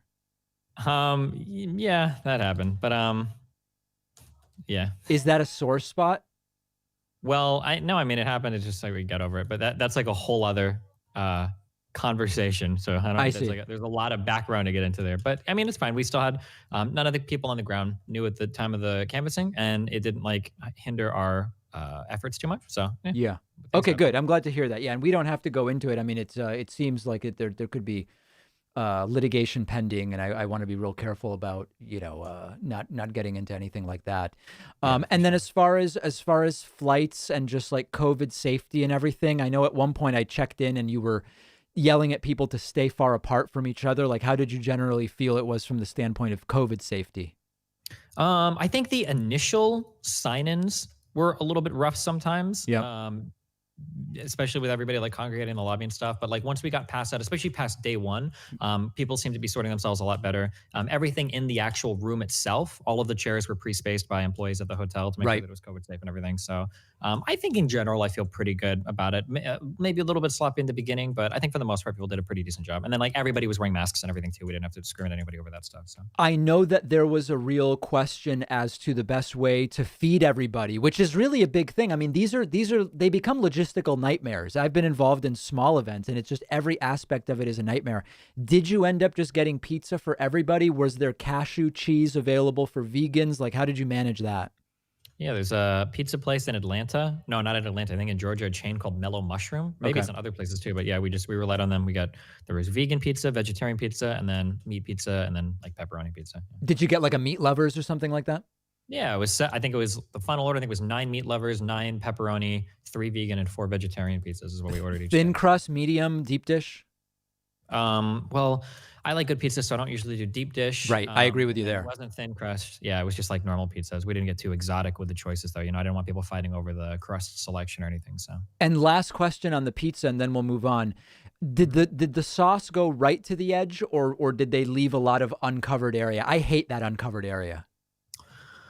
Well, for a lot of my canvassers, especially because we're trying to like represent the Democratic Party in the best light possible, we didn't have the sauce going right to the edge because we don't want to get sauce all over our fingers like barbarians. Oh my God. The edge is like very good to hold on to without being smeared in sauce. Like you have a 4-year-old with a Crayola marker, smearing something all over a piece of paper. So yeah, the sauce ended at an appropriate area where it should, so that the crust can be both held onto and then enjoyed separately later on. Good. All right. No. So now knowing that now, what was the tone? So I guess 2 questions. The areas that you guys were canvassing, I know that you were targeting Democratic voters and making sure that they go vote. You weren't like showing up at Republicans on purpose and trying to argue with them. You were trying to get out the Democratic vote. Basically it was, you walk up, it's a big data collection process. You walk up to a door, ask them if, can Reverend Warnock and Jon Ossoff rely on your vote? You find out if they've already voted, find out if people in the household have voted. If they haven't, then you make sure that they're aware of the upcoming election and the multiple ways they can vote. And then if they don't know exactly how to vote, then you make a plan with them to vote. Do you need to check to see if you're registered? Are you aware that there's absentee voting? Do you know there's early day voting that begins on December? I think it was 14, I don't remember. But basically we're just walking through to make sure that people knew that they could vote. If they had voted, to record it, and then to make other family members in the house aware of who's voting, and then figure out who we think their vote is going for. Because the Democratic Party tabulates that data and then uses it for their predictions and their advertising and everything. Now, were you doing this in like purple areas, red areas, or blue areas? So we focused in, so this is probably, I think, the most expensive election in all of all time, the most expensive Senate election of all time, maybe of any, aside from presidential. And a lot of that money is being poured into TV ads and everything. And then all the canvassers are working in Georgia right now. So we went to the 2nd largest city in Georgia. All the canvassers working in Atlanta. So we went to the 2nd largest city, which is Columbus. And then we primarily worked that county. Yeah. The county is Muskogee County, I think, which is going very, very blue, by the way. Did you run into Trumpists who were either mad at the fact that you were trying to get out the vote for Democrats, or even like mad that you were just wearing masks? No, the areas that we were in, I don't know if this place is like divided, like hardcore, like segregated, but I think the areas that we were canvassing were pretty Democratic. Okay. I didn't run into, I had one weird thing come up where some radio lady debated me or something. I saw that video. Yeah. That was like a Twilight Zone thing. But like other than that, no, I think most of the experiences were pretty positive. There wasn't very much crazy stuff. Nobody like fighting us over wearing masks or any silly stuff like that. And if I recall correctly, you stayed in Alabama. Is that right? Yeah. So the city we were in, Columbus, is it's like there's a city right across the river called, I think, Phoenix, and it's kind of like the same city. Yeah. Maybe comparable to say like Kansas City, Kansas, and Kansas City, Missouri. Like Sure. It was technically in Alabama, but it was like a 15-minute drive to all of our canvassing places. So. Got it. And was anything interesting on that side of the border? No. I mean, we were all in it's not like we were outside like talking to people or anything. It was like like we were just in the hotel there, and then we would drive over to Columbus to go and do our canvassing stuff. Got it. All right, very good. Okay, good. Well, listen, congratulations, and really to the DGG community that participated. I think it's fantastic what you guys did, and let's just keep watching the results and see what happens tonight. Yeah, true. I'm super proud of him. I'm really happy they all came out. And thank you for the kind words, my dude. All right, my friend. We'll check in once we know more. Okay. Have fun. Be careful. All right. See ya. There is. Oh, yeah. Hello? I don't know if you're aware of this. The DGG analyst desk made a big prediction prior to you coming here. We've already predicted the election for both Warnock and Ossoff. Both seats are going to the Dems. Just letting you know that, okay? Okay. Very good. DGG has made a preemptive. It's not a premature call, you don't think? No. We communicated with our analysts earlier. They're confident based on the outstanding votes right now in the counties that they are outstanding in, and there's just no mathematical way possible for the Republicans to win going forward. So, okay, all right, very good. Well, that is the analysis desk there. Stephen, Kenneth, Destiny, Bennell II, arguably the best-known Cuban-American streamer, I would say, in the United States. Thank you very much. All right, there it is. Stephen, very, very important. Very, very important. All right, guys, let's get back to the data. We now have a situation where incumbent, lunatic, corrosive, depraved, delusional Trumpist Senator David Perdue has taken a lead by 0.5 point over Jon Ossoff. That's not what you like to see. Raphael Warnock has just seen his lead shrink to just a hair over 0.1 point. Just a hair over 0.1 point. And it couldn't be any tighter right now. Not literally. I mean, it could be a slight bit tighter, but it essentially could not be any tighter. And we are, I mean, listen, we're potentially 30, 40 minutes before we would have something more definitive. People asking me to check the needle. Earlier, people were mad at the needle. The needle still is leaning Warnock, and the other needle is tilting Ossoff. I don't know how much this tells us, guys. I mean, we just have to watch the numbers. These ended up flipping and flopping back and forth on the presidential. David Perdue just slightly expanding his lead here by 0.05 point. So we just yeah, I don't know how much we really gain from paying particular attention to the needle. There's another 0.02 point for Warnock and another 100th point for Perdue, and we are seeing the count come in by the minute. Okay, let me see. I know I've fallen behind on a bunch of stuff. We have another 5 Twitch subs, which puts us at 153. And I'm just managing a lot here and trying to keep up. On the website, we have another 2 people who signed up at joinpacman.com using the coupon code BETTER21. Take advantage of that coupon code. We love it.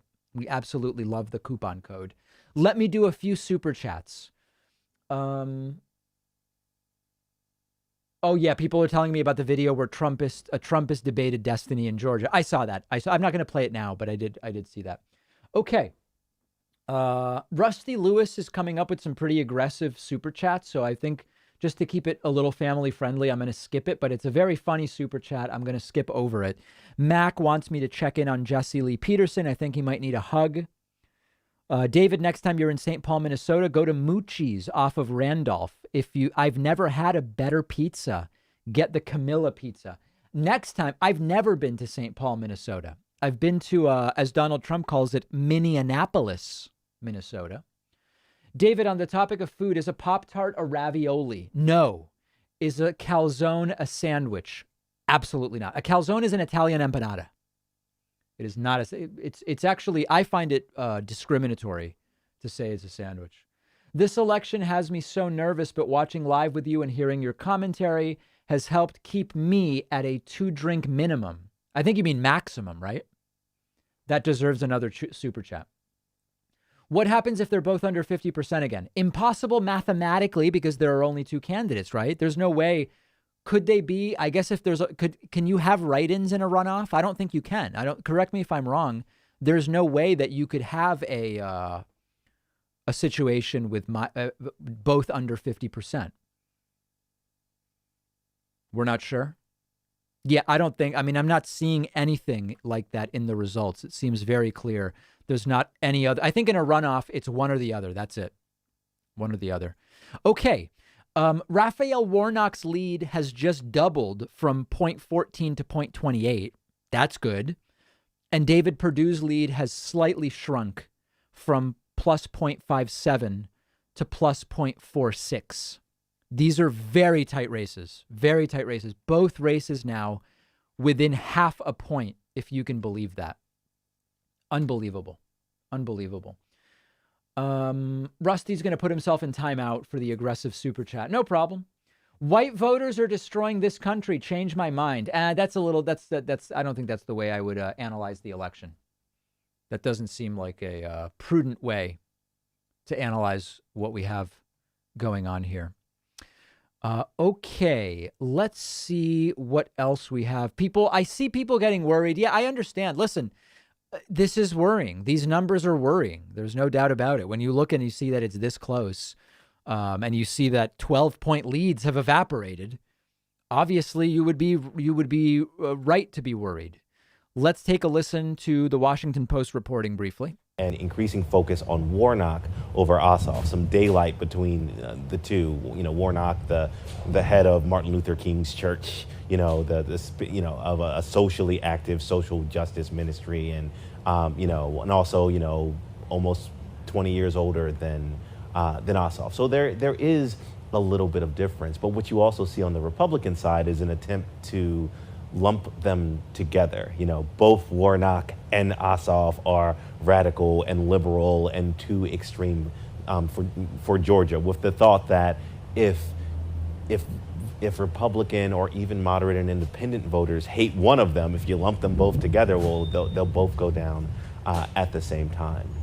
On the other side, David Perdue, is a cousin to former Governor Sonny Perdue. He has that family name, that history. All right, so it looks like they are sort of trying to fill a bit of time. Let's see what's happening over on CBS. Stories that are done and the countless lack of evidence that's been there to support it.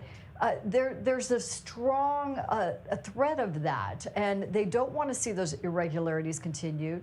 They want to continue to have faith in the system, and I think that's what's so unusual. You don't normally leave a presidential election and kind of have these question marks that are so broad for millions of people. So that's, again, why I keep going back, Elaine, to just how unusual this is. And I don't think we're going to see answers tonight that are going to really give us insights to what to expect in 21. All right. Absolutely. Perfect lighting there. Okay. I saw a super chat I did want to address. When Trump was talking earlier about mea culpa county, was he admitting it's all his fault? Yeah, I actually want to look at that because that's a funny thing. This happened yesterday. Let me see if I can find it. Hold on. I know Aaron Rupar had the clip. Okay, so first of all, Trump botched the word America yesterday, just as a quick reminder. We have made America strong again. Look at that arm. Look at that. Okay, but then this was funny. Trump couldn't say Maricopa County. And he called it Mayacopa. I love this moment. Check this out. His constituents reported that their earlier in-person ballots may not have been correctly processed or tabulated in Mayacopa County officials. It's like, what I love about that is everything he's saying is so stupid. He told hundreds of lies at this thing yesterday. But the fact that he's also lying about Mayacopa County, for some reason, I find it's like just an extra level of hilarity. Okay, let's get, okay, people are yelling at me. Both Republicans are now in the lead. 69% reporting Kelly Loeffler is now ahead by a third of a point, while David Perdue, for the first time in the evening, has gotten to a full point. A full point in the lead, with 69% reporting. The Needles still leaning Warnock, and the Needles still tilting Ossoff. That's all we know at this point in time, and we are still waiting for some of the vote from Fulton County, where Atlanta is. That's been stuck at 86 for a while. We have 88% in from Augusta. We have only 48% in from Muskogee County. Muskogee County could end up being the difference maker because that is going basically 4-1 for Warnock. And let's see how it's going. It's going 4-1 for Warnock and 4-1 for Ossoff, almost identical. And they have only 48% of the vote counted. So doing some quick math, actually, let's do it. This is not, advanced math necessarily. Let's just figure it out. If right now the margin is 23,689 minus 8,352 with 48% reporting, we could expect an eventual margin of 31952 minus 15,337. Okay, so that would basically be plus 16,6. And it's like, okay, so this is just an example of why it matters where the vote is coming from.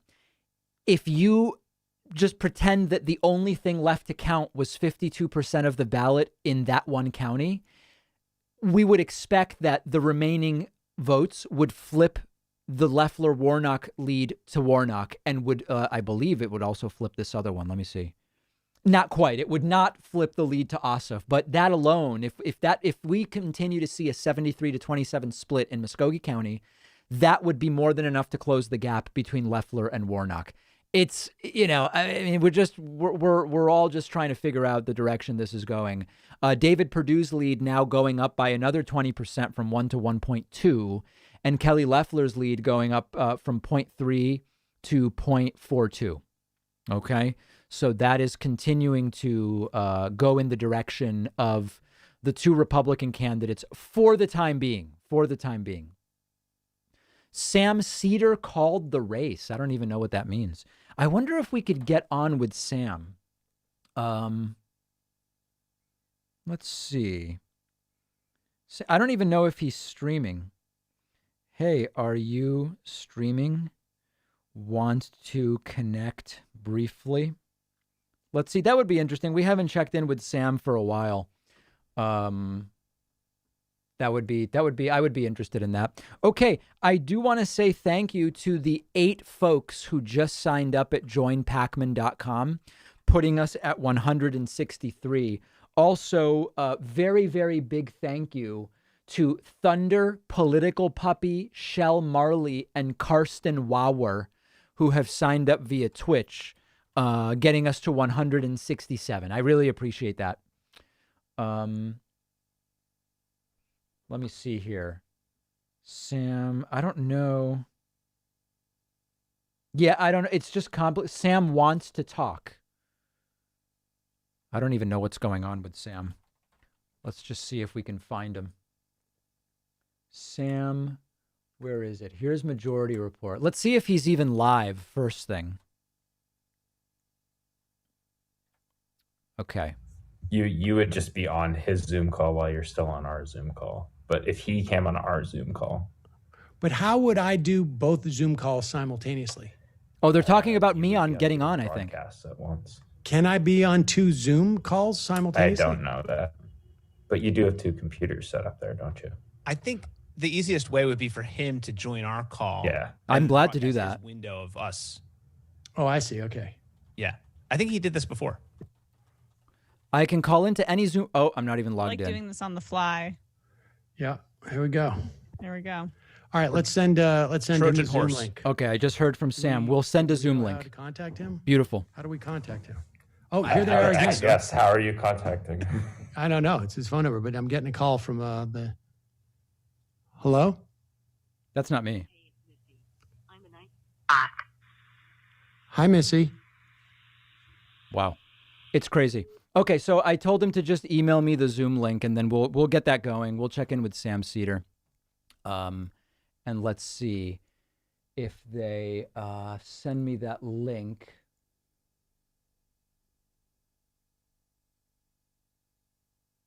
Huh. Okay. I'll stand by. I'll stand by for them to send me that link. And then we'll get on with Sam, I think, at some point. Okay. Kelly Loeffler's lead growing. David Perdue's lead growing. It's not good. It's not good right now. But we're going to watch all of these numbers very, very closely. Okay. Let me see here. Someone emailed me and they're really mad I missed their super chat. Let me see if I can find it. Kale. Okay, here it is. Let's see. Kale emailed me because they're mad that they paid $10 and I didn't respond. Did not see how the fiance comment was relevant, let alone appropriate. Please check yourself, good sir. The comment was fine. I can't tell you anything else. Was that the only one? Yep. Okay, Kale. Thank you. I've addressed your super chat. I don't know what to tell you, buddy. Okay, very good. No email from Sam's production team yet, but we'll send a Zoom link, Sam says. Okay. All right, good. So we're standing by for that. I think that we should probably be receiving that soon. Okay, I'm not going to lie. I mean, these numbers are creeping in a direction that's not particularly good. David Perdue now up a full 1.5 points as we get to 70% reporting. And Loeffler at 0.76. 0.76 and 1.5 at this point with 70% reporting. Majority report Zoom. Okay, let's see if I can connect here. We're going to talk to Sam. And we'll see what the right way is to put this all up on screen. Quite frankly, I don't know. Host is going to let me in soon. Okay, this is good. I'm curious what Sam makes of all of this. Maybe we'll even... Okay, so we're standing by for that. Oh, hold on. I think they're letting me in now. Let's see. Join with computer audio. Live report from Georgia, from our correspondent on the ground. Thank you very much. And now let's welcome to the program David Pakman. David, how are you, sir? I am doing well, sir. Thank you. We just had a live report from our correspondent in Georgia. Do you have one of those?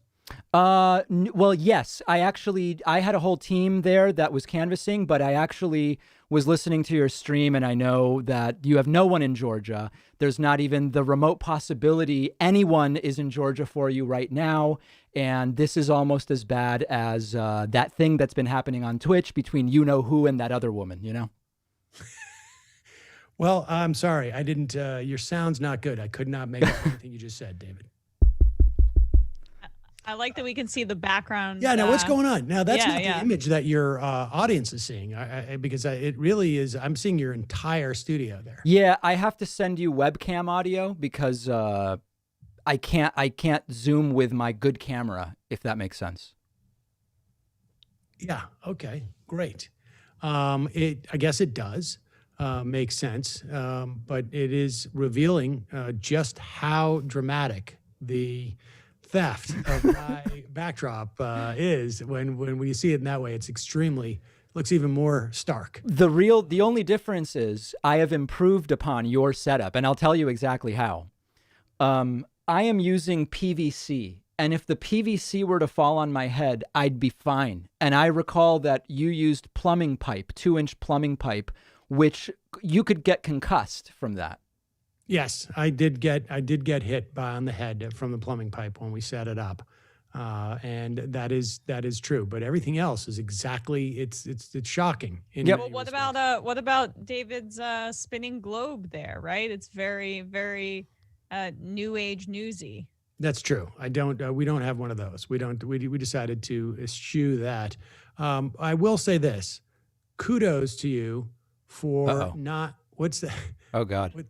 What's going on now? What we're falling into some type of. I just wanted to see what David's setup looked like. I see. Brendan, you're creating an infinite loop here. I am. I might have to minimize that. That's getting crazy. I will just say this: I want to at least acknowledge the fact that you have not put up a sign that says the majority report with Sam Seder in your set. So that would be too much. That would be too much. That would be too obvious. So what do you think, David? I mean, we've been sitting here and really basically just comparing numbers from the general election in November. Yeah. And relative to where they're performing. And it feels like, the race is extremely close right now. I don't know specifically which. I mean, Cherokee is probably the biggest Republican county as far as I can tell, and I don't know what the numbers are there. But we don't have DeKalb. We don't have Fulton. We don't have Cobb County in yet, and those are going to be the ones that, if they follow suit with the other Democrat, we're going to see big numbers there. Yep, I agree. I mean, if you just want to say, I just feel like it's sort of fraught at this point because I still just think it's so close anything could happen. But it is true that if you just say, where were we at this point on election night, it seems like the Democratic candidates, it's not it seems, they're doing better than they were at this point that night. But at this point, I don't know. It's hard to feel confident about anything for me. I just think, things have swung back based on the northern Georgia counties coming in, a lot of Republican-leaning counties coming in. But as of 10 minutes ago, less than 40% of votes in DeKalb, Gwinnett, and Cobb, which are the counties that are most populated surrounding Atlanta, were counted. So it looks closer than it is right now, or it looks more dire than it is. Because I know Loeffler just took the lead momentarily, but Warnock, it's very likely that Warnock's going to win the race. I'm just going to say that. I think that's the more likely one. If he loses, they both lose. I think it's pretty clear at this point.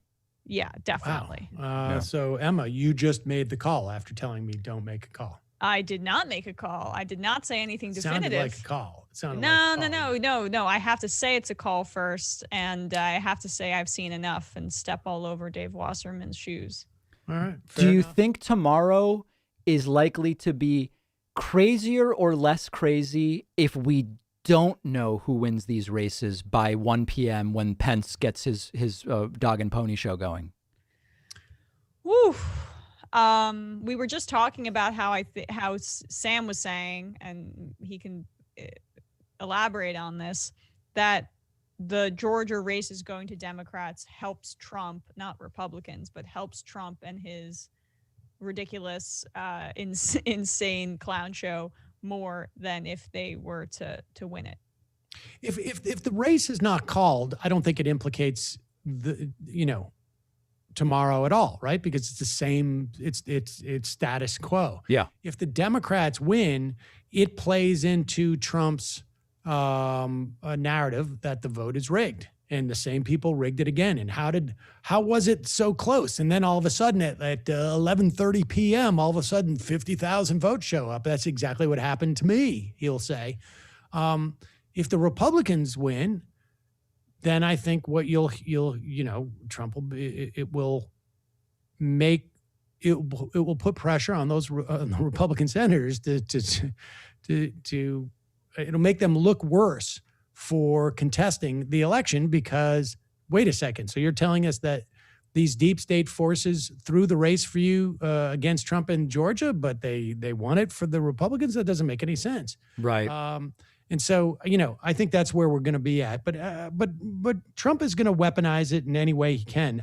Who knows? It's going to be fascinating to watch Mike Pence up there, because he's really going to try and split the difference. I wouldn't put it past him to have like one of those situations where he's like telling his driver, like, I want you to fender bender on the way to the Senate, because we're going to have to get out. We're going to have to exchange like insurance cards. And then I won't be able to. I'll miss the vote, and I think that's what he desperately wants to do, frankly. But is there any scenario where it's any more than just like a 2-hour delay? Like, is there any scenario where this extends into tomorrow night or even into Thursday? I can't really think of one. The counting of the ballots. I get the sense that this is going to be resolved tonight. Oh, sorry, I was unclear. I mean, the counting of the electoral ballots tomorrow. Is there any way that is any more than just 2 hours of debate in the House and Senate, and then they accept them, and then we move on? Like, does that go beyond 4 p.m. tomorrow? I think it depends on the margin of victory. I mean, what time does the count start? At 2? 1. 1? Yeah. And the thing about this is that, we'll cover that live. Yeah. Yeah. When did you say, Sam? 1 p.m. 1 p.m. Right into the fun half. Oh, fun. So that was unintentional. Yeah, I mean, it'll be interesting to see what happens tomorrow with that. I think, frankly, what's happening. I think what's happening tomorrow is going to be far more relevant in 4 years, or in 8 years, or even in 12 years, because what we're seeing. We were talking today. Emma and I were talking about. We have a call. We have a call. We have a call.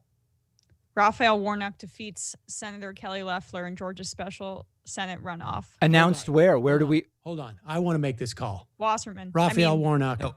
I'm calling it. Raphael Warnock is going to win, beat Kelly Loeffler. Go ahead. I'm sorry. Did somebody else make a call too? Let's pull up Wasserman. Wasserman. I've seen enough. Raphael Warnock defeats Kelly Loeffler. Wow. So that is one. That's one of two. Nice work, Sam. There's the shofar. There's the shofar. Signaling the first call of the night. L'chaim. That feels good. That feels I'm pretty close to making the call on behalf of Ossoff too. I'm just going to wait till just a moment before Wasserman does. So, I mean, this is, Em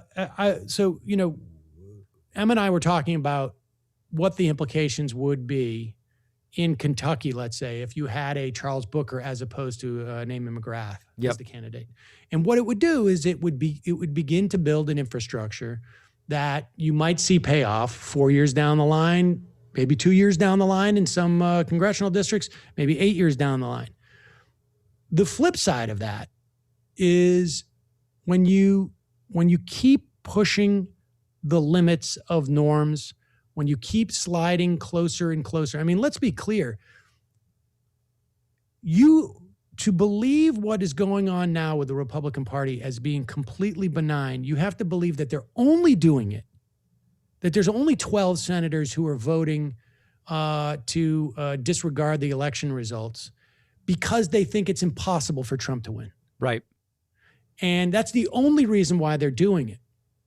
And that if Trump could actually win, that they wouldn't vote that way, right? And I don't think that's the case.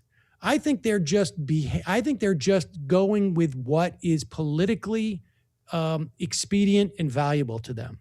And if they thought it was, if Trump and Trump's chances are secondary to that, I think.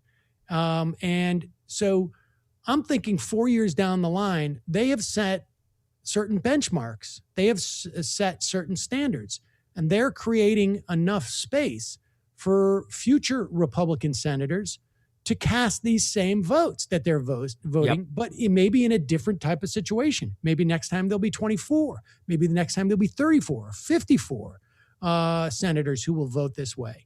Because remember now, we have had now, what is it? I think it's 5 out of 6 elections, presidential elections, where Republicans have lost the popular vote. Yep. And so they're going to increasingly have to rely on the electoral college to win elections.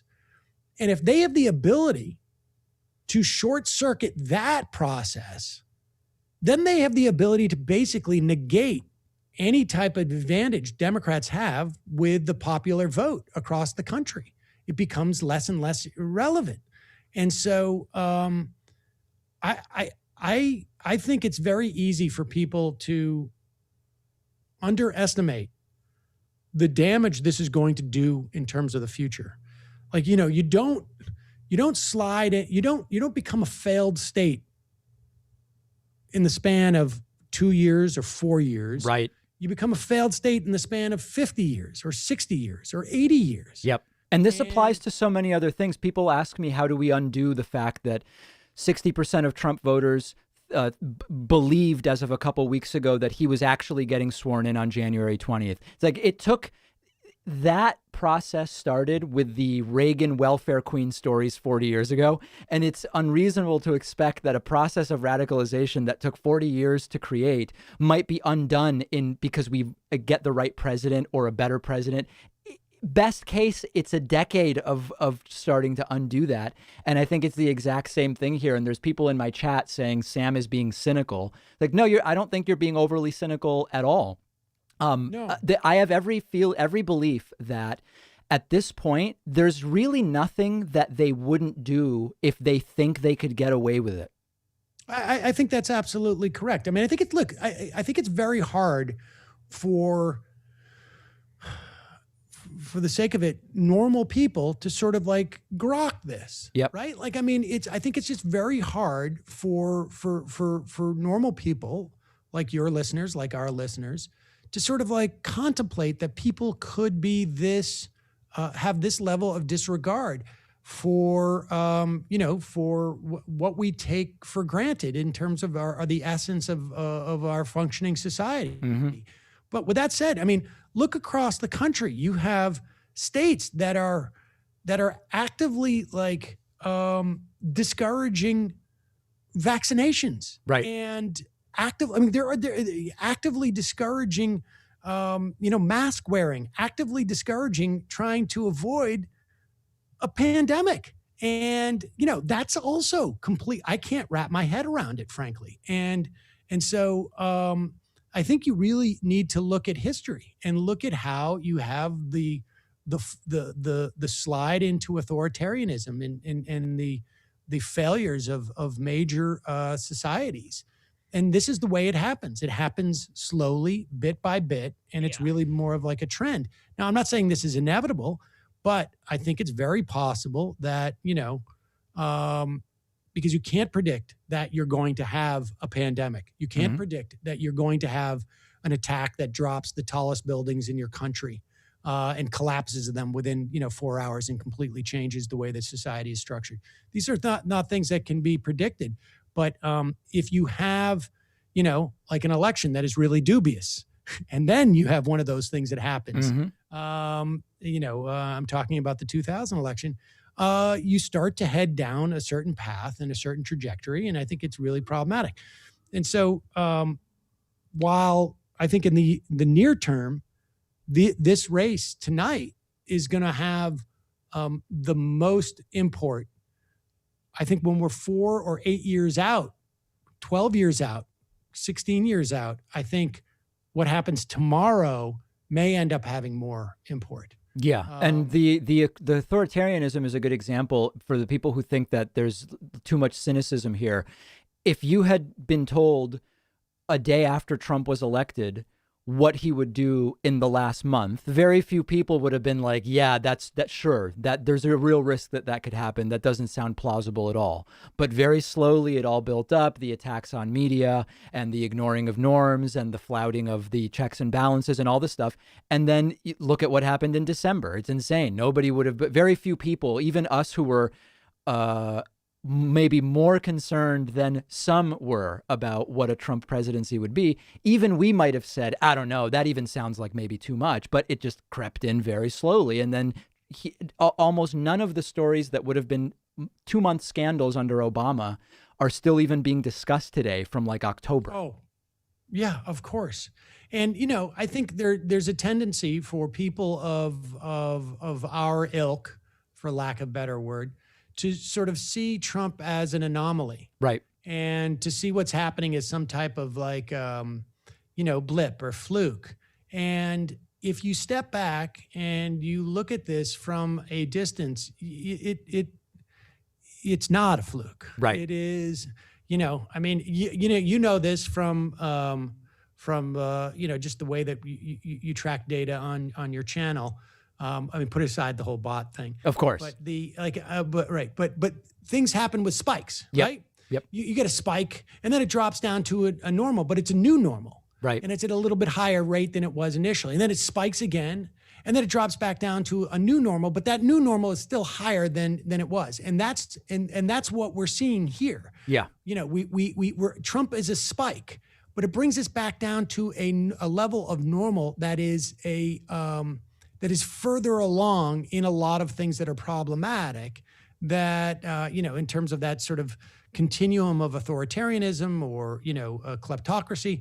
I had an interview today with woman, Sarah Chase, who spent 10 years in Afghanistan, essentially studying the corruption of the Afghan government. I mean, she was there, I think, with an NGO, and at one point, 4 or 5 years ago, started to write a book about just broadly corruption, and she reckons that we are in a period like the Gilded Age, which from 1870 to roughly the 1930s, early 30s in this country, where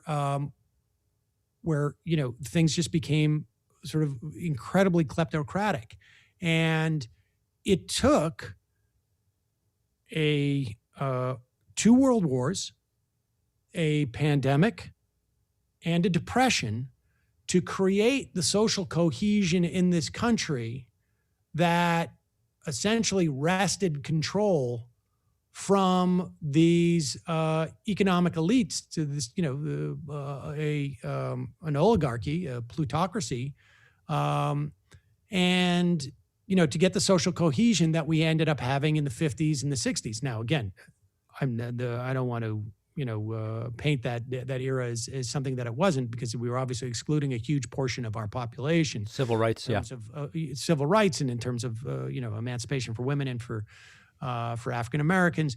But in terms of that dynamic, we are in one of those periods, and you're talking about a period of 60 years, right? And we may not have those massive sort of moments that create social cohesion in terms of like a world war, having your cities bombed. All of a sudden you have an outside force that is basically, we're all in this together type of situation. We had that after 9/11. It was very brave, and it was fleeting, and then squandered. Ended up leveraged it quite a bit. Can I give a Georgia bit of an update though? Sure. Are we? Is that a good time for me to jump in? I never Yes. know when. Yeah. Do it. There. Yeah. All right. Good. So we saw Wasserman called it. No one else has called it yet. But Nate Cohn says Democrats remain heavily of the New York Times. Democrats remain heavily favored despite their deficit in the tabulated vote. They're favored to win what's left by 9 to 10 points. The biggest source of the remaining vote, as we've said, is the in-person early voting in DeKalb, which alone could break to the Democrats by a 120K vote margin. Wow. Wow. Well, listen, we clearly still have quite a night ahead of us. 2 quick things, Sam, and then well, you'll let me go, I'll let you go. I don't know who has to let who go, but one is people in the chat want to know, are you on edibles right now? Am I on edibles? Yeah. No. You're not. Okay. I mean, I've had a little bit to drink, but not too much. Why? And no, I don't know. They were just asking. Does your chat have some sense that I regularly engage in edibles? I have no idea. That's why it's sort of opaque to me. But and then the other thing is, any comments on now having surpassed the 1 million subscriber threshold? Like, does it feel different? Is it? I mean, like. To be honest with you, the biggest the biggest change in my life is that whenever my daughter is on a group like FaceTime, that she's got like these like party apps on her phone, house party, stuff like that. Her friends, they're all 15. They literally congratulate me. Is that right? That's amazing. It's funny you mentioned that, because Benjamin Dixon, our friend Benjamin Dixon, shortly before you hit the million, he said his son was impressed that he knew someone with 1 million subscribers. And so you have your kids. I have no kids, so I'm basically living through the enthusiasm of Ben Dixon's children, if you can imagine. Yeah, I believe. And let me ask you this, and I have a question from my chat. Please. My chat is asking, are you profiting by your super chat questions, answering them on me, and do I get a cut of those? Oh, none of this was super chat. I haven't taken any super chats while we've been connected. I mean, So they've been pouring in like from a fire hose. I just haven't been answering them while we've been talking. Wow. All right. Well, we've been. I'm going to need access to those super records. What was that, Sam? Now, here's the question I have for you. Yes. How do you don't you put your chat things in your window? How Yes, do you I do. that? I am Now, you doing don't do that. your show based on you do your through OBS. Is that right? I'm using Streamlabs OBS, but it's the same on OBS or Streamlabs. You can do it the same way. Basically, I have the super chats open on a monitor. Wait, what is this Streamlabs? What is that? OBS is open source. So the company Streamlabs has taken the platform of OBS and kind of like made their version of it. Version of OBS. Yeah, but it's all the same. In either case, I'm using what's called a display capture. I'm just capturing a portion of the monitor and then placing it on the screen. And do you use are you a Mac-based show or a PC? We are. I don't even know how Apple computers work. We are completely PC based. That's the difference, right? Because OBS it's easier to operate with PCs. I couldn't tell you. I mean, it would be easier for me. I don't even know how to use an iPhone. Now, is it weird that you didn't copy the fact that we're on Macs? It is. And it's, in fact, I was thinking of copying the fact that you don't put super chats on screen, but I decided I just should do it. Right. That must have been tough. Did you feel like you were out on a limb there? Yeah, I didn't know if I could really depart from your platform that much, but it's working. And of course, I should just tell everybody that I was wearing that sweater last week that you're wearing now, but that's all right. That's fine. Not the same size, I assume. No, that would be yours. Would be a little bit tight in the arms for me. And that's only because Sam is taller. I'm not saying he's heavy for people. He's just taller than me. That's all it is. It would have been a little bit tougher to get the guns in there. David Pakman, always a pleasure. Likewise. Thanks for stopping by. Well, let me ask you this question, Yep. because you like to come on. You always like to ask the questions. I do. You like to do that. I know that. But I want to ask you a question. What are the implications if the Democrats take both these seats? Well, depending on whether Joe Manchin is at all interested in the things Joe Biden wants to do, there's a chance of doing something by a mechanism other than executive order. Otherwise, it's just in the next 2 years, nothing that is unable to be done via executive order can be done unless Biden is willing to compromise so much that it becomes like a Pyrrhic victory. I don't understand how Biden gets his big agenda items done with a Republican Senate unless he compromises so much that it becomes a question as whether it's really a win in the net. Right. Yeah, he's going to have to do, I think, there's going to have to be executive actions. And I think they're going to have to just get one big reconciliation package in. Right. And they're going to have to really use COVID and throw a tremendous amount of resources at COVID. Because I think if he is able, if he uses the Defense Production Act and gets, 30 million, 40, 50 million doses out there by, February or March, and I mean double doses. So I mean like people vaccinated. Yeah. Yes. And if he can do that by, let's say, March 1st, and then subsequently, have a significant portion of the country, 50% of the population vaccinated by the beginning of the summer, I think he's got to be thinking about how does he get a bigger Senate majority in 2022. And there's a couple of opportunities. You have a couple of Republicans who are retiring, and you have some that are in trouble. And then of course you're going to have Donald Trump out there who is going to be presumably, pounding on Republicans. So it's going to be interesting. But one other thing on vaccines, this is really interesting. Today I interviewed Dr. Eric Topol, who's really, really good on this stuff. And we talked for a while. He said that the new study today says that the real rate of infection in the U.S. is about 3.2x official. So like 20 million roughly is official. The belief now is like 62 to 64 million people have had the virus. He says one of the things that really would be great is if you can get a quick result antibody test. A lot of the people who are going to show up to get vaccines will have antibodies because they've had the virus. He believes they should be deferred, and that instantly accelerates vaccination 20%, because if 1 out of 5 has already had it and you skip over them, it's not don't ever give them a vaccine. if they have the antibodies for now, and they seem to last at least 9 months in most people, you immediately accelerate vaccination 20% just by saying, hey, go to the back of the line because you're actually protected right now.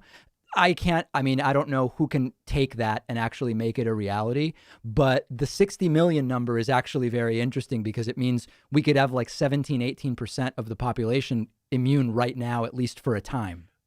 I'll tell you why I'm skeptical of something like that, because anything that's going to require the level of bureaucracy that you're talking about to make those assessments, it is far more, I think, like, I am of the mind that it is far more efficient to simply invoke the Defense Production Act, produce the hell out of these vaccines, both the Pfizer and the Moderna, and under the auspices of COVID, under the auspices of a reconciliation bill, you can sell this to the American public. You put 25,000, 50,000, maybe 75,000 people across the country, train them in this. There's already programs. We're seeing this in New York. There's already programs that county officials, essentially need to flick on a switch. They've had millions of dollars of training in terms of how to do mass vaccinations. And you just do everybody who shows up. Sure. You jab them in the arm. And you may be jabbing, there may be 5, 10, 20% of the people who theoretically, could last another couple of months. But I think you just do one thing and you do that one thing and you focus on that. And then you don't have to worry about issues of like creating a bureaucracy so that you're going to have administer tests and then you're going to, issue them a new date to show up. Right. We're going to have so many vaccinations that we just want the line out the door and boom, boom, boom, boom, boom. Simpler bureaucratically, no question about it. Yep. So we'll see. But Dave Pacman, stay healthy. All right. Likewise. Yep. We'll talk to you guys soon. All right. Bye-bye. See you guys. David. Bye. All right. There we go. Leave meeting. Very, very great to hear from Sam. And the big news is that David Wasserman has called one of these races. David Wasserman says, hold on. Where is this? Where did he say it? I've seen enough. Raphael Warnock defeats Senator Kelly Loeffler. Now, it's important. This has been flagged. Multiple sources have not called this race. So we are still monitoring that. But sorry about that, guys. I don't know what happened there.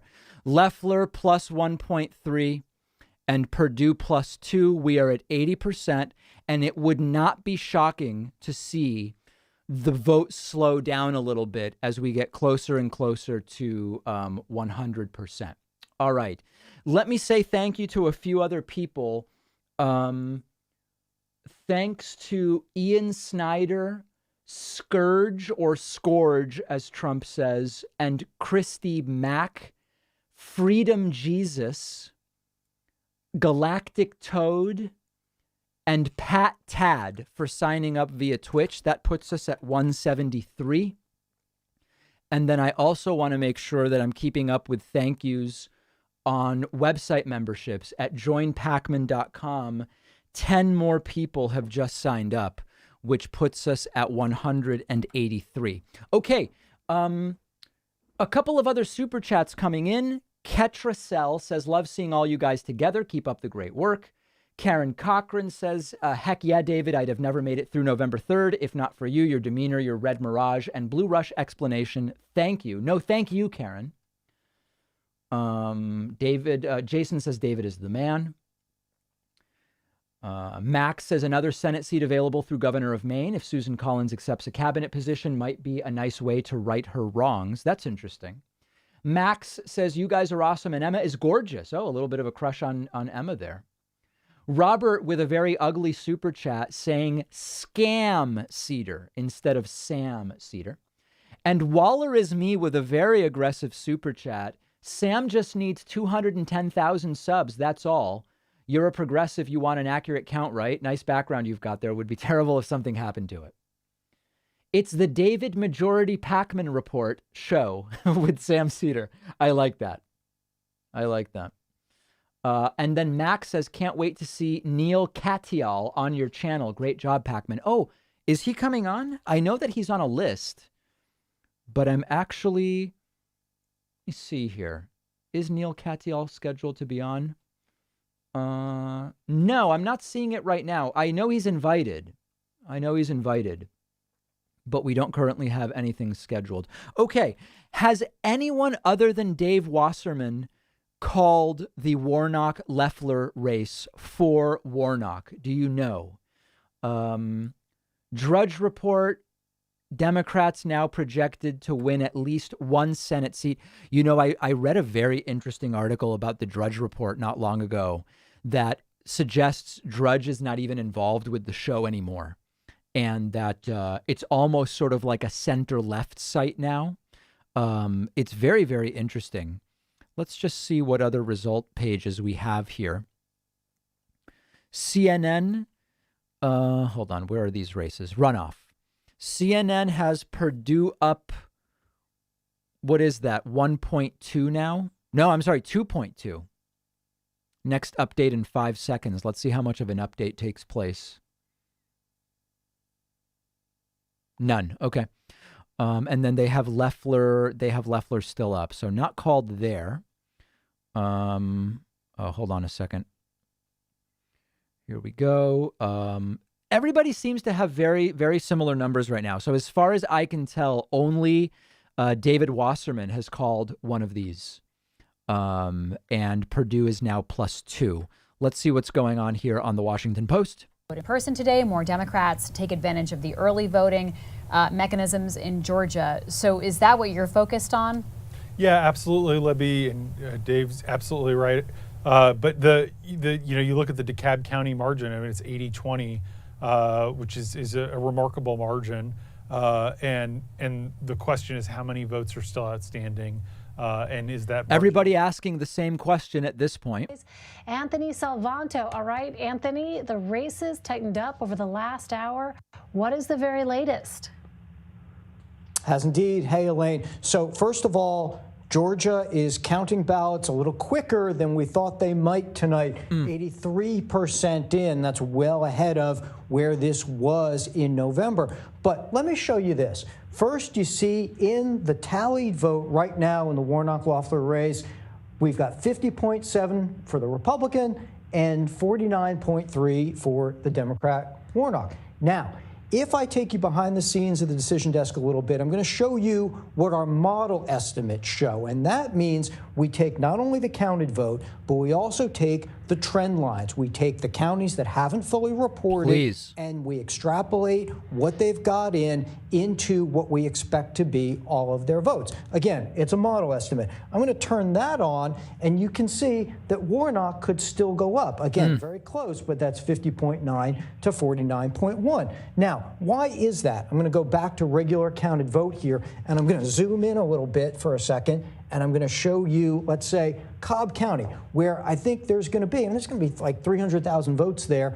And you see they haven't counted all of that, only 55% in there. I'm going to show you Fulton, a little more here, 95%. And okay, Warnock hitting his marks there. Democrats got to have a large lead there. And in fact, he does. I'll show you Gwinnett.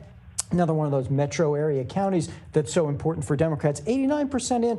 Okay, so there's still plenty of votes out there, 10% or so of the votes there, and he's got a large lead there. And DeKalb, here's a big one because it's only 30%. I am being told that the Associated Press has called it for David. And that's another place where. Okay, hold on. Here we go. Sorry, that was really weird. I'm told the Associated Press has called for David Perdue. Let's take a look. This is the Associated Press, and as far as I'm seeing, they have not called it for a David Perdue. Let's see. AP Twitter. Let's see.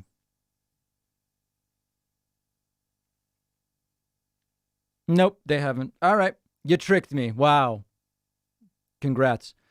Please ban that person, moderators, by the way. Ban Hammer immediately, please. That's just stupid. Okay, let's do a couple other super chats. 9010 Dems on predictit.org. Haven't been paying enough attention. Is this race by voting district or referendum? I'm not sure I understand that. These are two statewide races. All of Georgia can vote for both. All of Georgia can vote for both. Why would Joe Manchin be a problem for Biden? That's a good question. So The reason Joe Manchin could be a problem is Joe Manchin is the most conservative Democratic senator, and there are lots of Joe Biden's ideas that it's not clear Joe Manchin would support. And so even with 50-50, if you can't convince Joe Manchin, you're back to 51-49, and then having 50-50 with Kamala as the tiebreaker doesn't get you anything anymore. David, are you seeing what's happening in Hong Kong right now? I'm not, but I will look into it. We're dealing with this election now. When you look at the map for each race, you can see the shift from November, and it heavily favors Democrats. Is that on this map? That's what I'm not understanding. Like if I click here, does that give me anything? Oh, shift from November. Sorry, here it is. Okay, so there's some places with large red shifts, but then a bunch of places with small and medium blue shifts. That's interesting. Yeah. And size of lead, as we know, in the big urban areas, the Democratic candidates with more of a lead. Okay, so we're continuing to watch the numbers come in. It's our friend Dave Weigel. Let's see what Dave is talking about. Is going to break for the Democrats, but really the story you're going to hear for the next couple hours, I think maybe a little bit of Floyd County, which is Rome, Georgia. That's going to go very strongly Republican, but there's just not a lot else for them to win. So watch, Floyd, Cobb, and DeKalb. That's the story for the rest of the evening. And whatever there's enough to call anything. Floyd's going to go Republican. They're going to have some more put cushion out of there. But if there really are a couple 100,000 Democratic votes in Cobb and DeKalb, that would be the election for both Democrats. Wow. Stay with me, Dave. I want to bring in national video reporter Nicole Ellis into the conversation. Nicole, reporting live from Atlanta. So you have been following Reverend Warnock and Jon Ossoff in these final campaign days. How do you think that rare joint campaigning they were doing has impacted their races? Thanks, Libby. Yes, I mean, you can see it in the numbers. They are clearly neck and neck, and there are some disparities there. And I think that's where we can really see the difference. I'm kind of interested, actually, in the idea of like how when you have two runoffs, right, at the same time in the same state, does the difference between the Loeffler results and the Perdue results, does it come from people who go out and vote differently? Like, are there people voting for one Democrat and one Republican? Are there people that go out and only vote in one and leave the other one blank? As we see Kelly Loeffler's lead go up from 1.6 to 1.7, even though Dave Wasserman has called that race already for Raphael Warnock. I'm kind of interested in how you went. Like, why aren't the results identical for both of these races? And I know that there were some enlightened centrists who said, well, I voted for Biden, but I'm voting for the Republicans here so that the Republican Senate is a backstop. It's like, oh, right, to extreme left-winger Joe Biden, who's going to do crazy left-wing stuff. Give me a break. Some people are saying that there are Warnock-Perdue voters. That's interesting. Yeah, okay. Well, that will be something we'll have to look at a little bit later on. Okay, let's take some phone calls, guys. I promised that I would. Let's actually do it right now. The way to do this is, oh boy, what is going on here? I'm getting a lot of really weird messages on Discord. Okay, here's the way to do it. You go to davidpakman.com/Discord. You join the waiting lobby, and then you change your nickname to Location and then your name. Location and then your name. Let's just hear from a few people. Every time I promise I will open the phone lines, I do it. Let's hear from a few people here. How about we first hear from someone named Liberal Cuck in Virginia? Does that ring a bell? Do you know who I'm talking about? Liberal Cuck in Virginia, you're on the air? Yeah, hello, can you hear me? Yeah, you're a liberal cuck?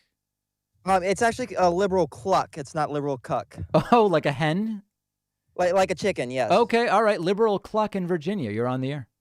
I actually want to ask you about something that's kind of like old news, which is interesting because it happened a few days ago. I want to ask you about the Democrats and Bernie Sanders' attempt at filibustering the defense bill. Mm-hmm.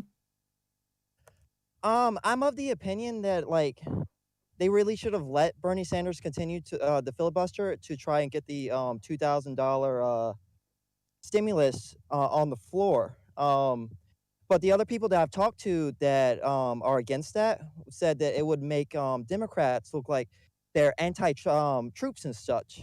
Mm-hmm. And I agree that that's a possibility. But if you look at the actual facts of the situation, the troops would have still got paid if that bill didn't go through. Well, not only that, I would actually also say that I don't find that argument compelling, because Republicans have been saying Democrats are against the troops for decades, no matter what Democrats do. And Trump said it yesterday at the rally, and he says it every day that he's in public. So I actually think it's a foregone conclusion. They're going to do that either way. So I wouldn't, I wouldn't consider that in figuring out what to do. That's true. That's true.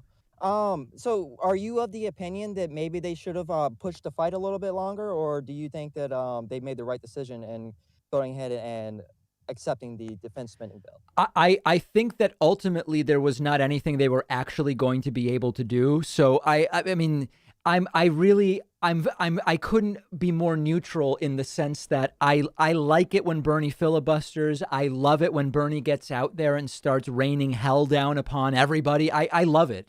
And I also recognize it wasn't actually going to go anywhere. So, you know, I don't know. I mean, there's so much else going on. I would have been fine with it, and I'm also not now going to be crying about it for 2 weeks. You know, that's kind of where I am. I think they could have played a real good optic. I mean, if the Democrats were good at playing optics games, they could have played a real good optics game with it to sort of help the Georgia runoffs, maybe. But Democrats generally aren't very good at that anyway, so maybe it was best for them to do that. But yeah, that's all I really want to talk about right now. But I did. Do you allow people to plug themselves on here? You're gonna plug yourself right now? Yeah. So the reason I'm called Liberal Cluck on here is because I run a live stream called Liberal Cluck, and I will actually be in the Trump rally tomorrow at DC. Live streaming that. Or at least you meant plug like promote. Oh my God, you had me scared there for a second. I didn't know. What do you mean by plugged in? I didn't know. I wasn't sure. I didn't know. Okay. All right. Well, I apologize if you normally allow that. No. Plug away. So you're going to be at the rally tomorrow. Yes, I'll be at the rally live streaming. And my goal is to try and talk to the Trump supporters and have a level-headed conversation with them. But we both know that that's probably not going to. Well, listen. Let me. I'll mention something to you. I can't promise anything because tomorrow is going to be hectic. But if I can get a link to your live stream, I'm going to be going live at 1 p.m. with the electoral vote count. If you happen to be out there at the Trump rally thing streaming at the time when I'm streaming, I would gladly switch over and see what you have going on. Oh, that would be awesome. Yeah. So somehow get a link to me of your live stream. Okay. I mean, you have email, right? I do have email. Okay, I will go on to, I'm sure it's on your Reddit somewhere. I'll find it on your Reddit or. Yeah, go to davidpakman.com/contact. Okay, all right, awesome. Yeah, I will do that. Thank you so much. Cool, all right, pleasure. There it is, Liberal Cluck from Virginia. Beautiful. Okay, if you want to get on with me, davidpakman.com/discord and get in the waiting lobby, that is the way to do it. Okay, let's talk to some other people. Why don't we let's go to Amugo from Florida. Amugo from Florida, you're on the air. Hello? Yeah, you're on the air. Oh, hi. I did not expect to be on here. And yet here we are. Can you hear me? I can hear you. Can you hear me? I can hear you. Yeah. I'm just taking a look at the runoffs right now, a little worried, but I'm still a little optimistic. A lot of the counties are still heavily Democratic, so you never know. Yeah. Is there a wasp near your microphone? No, just me. Oh, okay. I have my headphones plugged in, so I don't know if that might be it. It's probably the TV. Hold up, let me put the line down. Oh, is that better? I think it is. Yeah. So what's your take? What do you think is going to be happening here? I think we're gonna see a swing.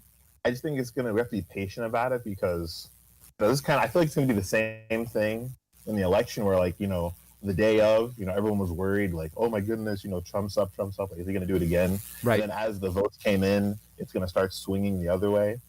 So I'm a little worried, but I'm still optimistic about it. Yeah, I'm with you. I'm with you 100%. I guess the question for you is, do you think Joe Biden would do the $15 minimum wage? I heard he mentioned that before during the campaign trail. So if the Democrats take the Senate, wouldn't $15 be on the table? Wouldn't he sign it? It would be, but that you would need every Democratic senator to be in favor of it. I genuinely don't know if Joe Manchin wants a $15 minimum wage. Because it passed through the House. Right. So, and Joe Biden said he supports it, especially in that last debate. So. Yep. Yeah, I mean, I think it's a question, like, does Joe Manchin want that? I'm not sure. Yeah, that is true. Yeah. All right, my friend, listen, I'm going to let you go because I've got a lot of people waiting. Amugo from Florida, it's a real pleasure to hear from you and a very, very interesting connection. Sort of a, maybe he's raising bees in the background. I don't know. Okay, let's go next to, why don't we go to Alan from Tucson, Arizona?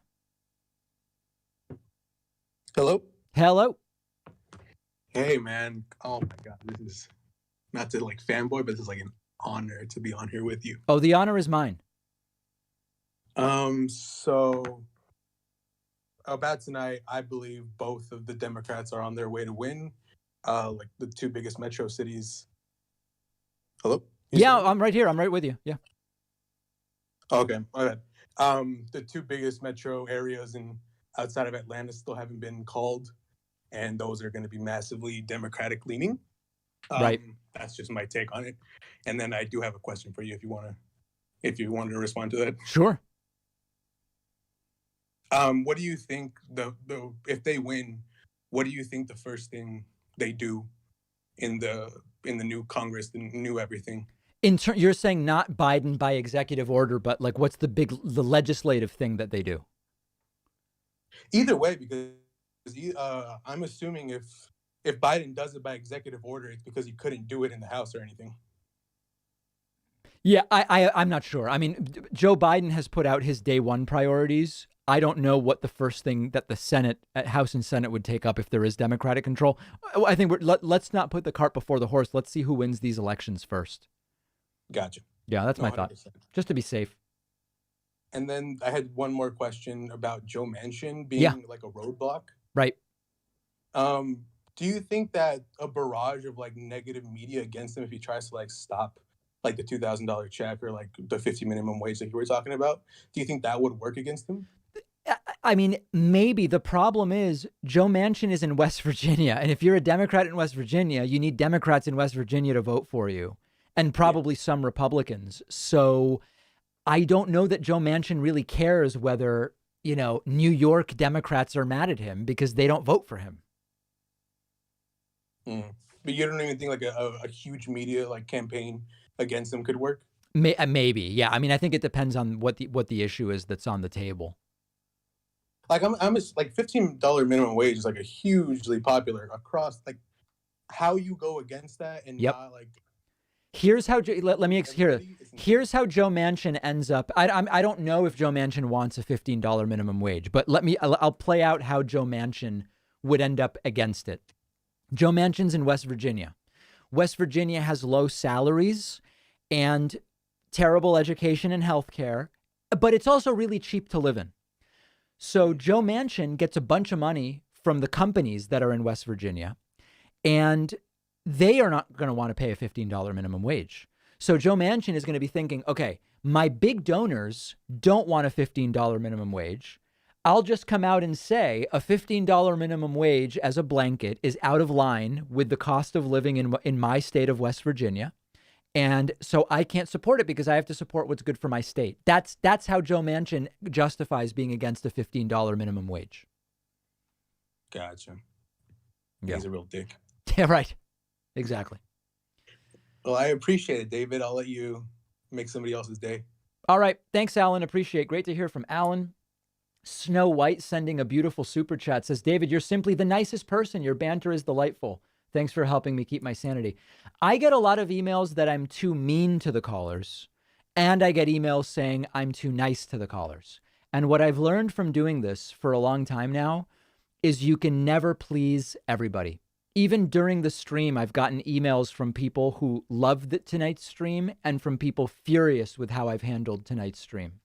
So you got to just block it out, I think, is the way to do it. Let's go to a Colombian caller in Arizona.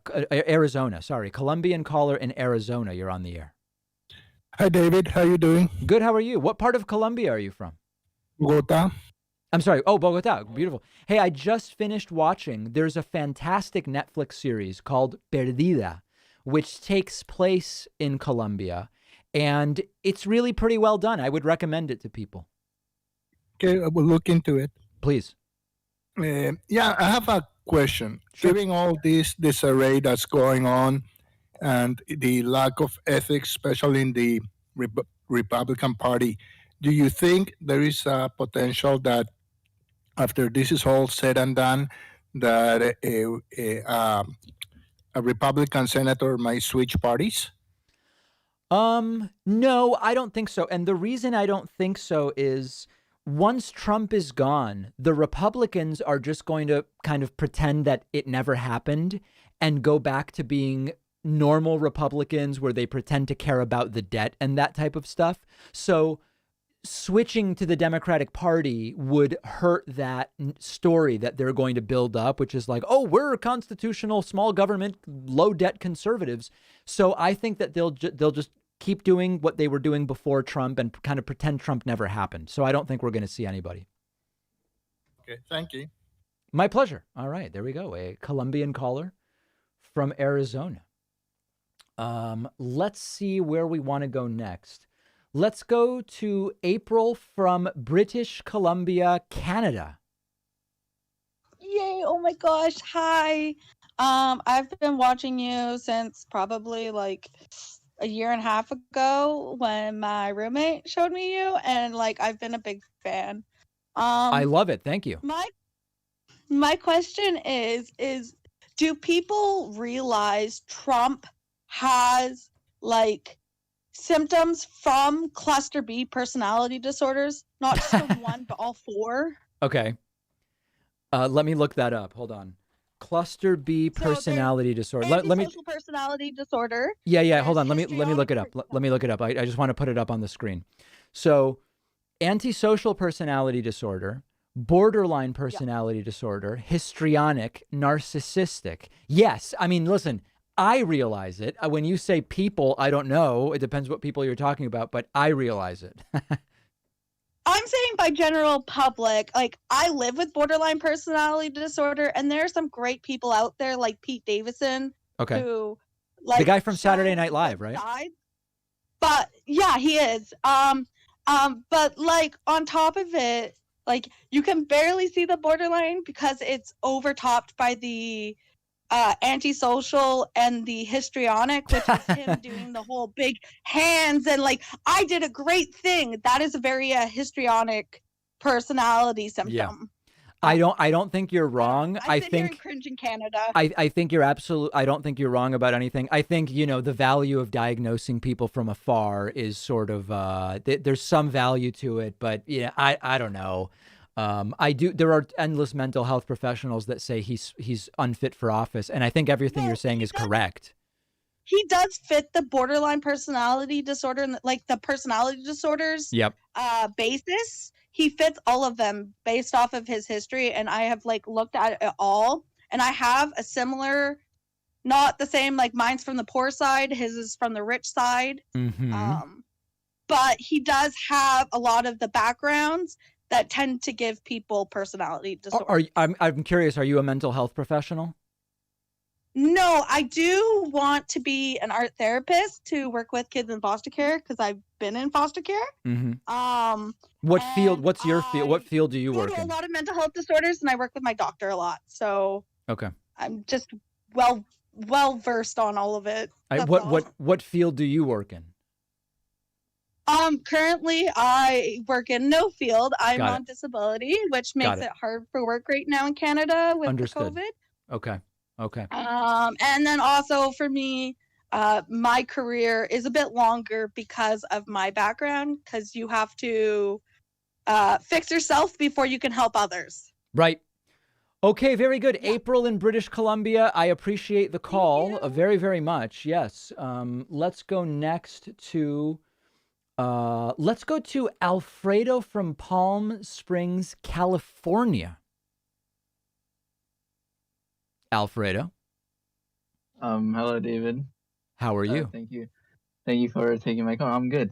What's it called? I have a question. I was a little it was worrying me when you and Sam were talking earlier about like the sort of sorry, I'm nervous. No problem. The sort of like all the norms that he's messed up, and our crisis of legitimacy, where we have I go on some comment sections and people think that there's like a civil war is gonna happen and stuff. So like what do you think do you think that sort of thing is possible, like with all that's happening right now? I actually have a clip. I'm researching it right now because I want to get it right. It will be on my Friday show, and it is exactly that question. Is a civil war even a real possibility? So because I'm in the middle of preparing a clip on that, I don't want to preempt it, but I'll have an detailed answer on the Friday show for you. Okay. Thank you, David. Pleasure. All right. Alfredo. There is Alfredo. Let's talk to a couple of other people here, if we can. Let's go to Jamie from beautiful Burlington. Is it Burlington, Vermont, or Massachusetts? Vermont. Can you hear Vermont. me, David? Yes, I love Burlington, Vermont. Beautiful. It's cold. Jamie, have you ever been to the pho restaurant downstairs on that pedestrian street in downtown Burlington? You walk downstairs into the restaurant below street level. Never, but I'm going to look it up. I hope it's still there. It's fantastic. Vermont does have some good pho, surprisingly. Yes, absolutely. All right, so my question. So it's popular, like in the left wing these days, for candidates to refuse PAC money.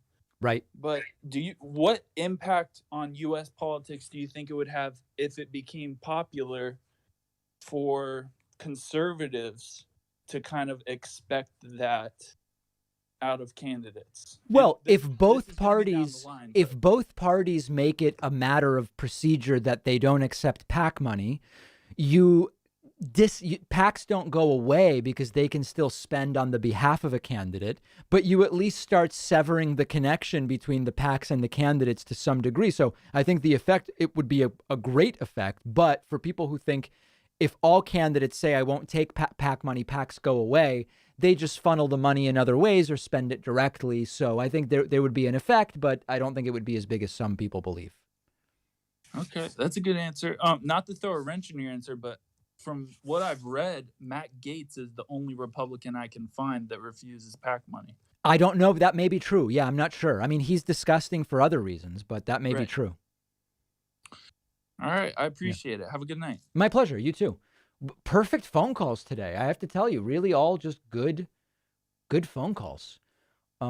Let's see who else we can talk to here. What looks interesting? How about... There's a lot of people who I have spoken to before. I'd like to go to someone new if possible. Oh, you know what? Because we're dealing with Georgia, let's go to Sam from Georgia. Sam from Georgia, you're on the air. Sam from Georgia? Hello? Sam, we can hear you if you talk. Okay. Oh, you're cutting in and out.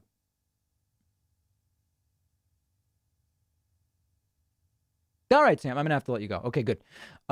That's unfortunate, but I would have loved to have heard from Sam in Georgia. Let's try, I don't know. It's just so hard to pick because there's so many people. Let's try Let's try Steve from Chino, California. Steve from Chino? Steve from Chino, California? Hi. Hi, how are you? Yeah, hi. Hi, how are you? Can you hear me? Yes, I can.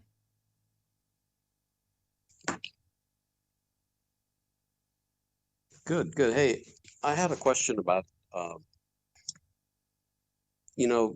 Trump. Everybody knows that Trump's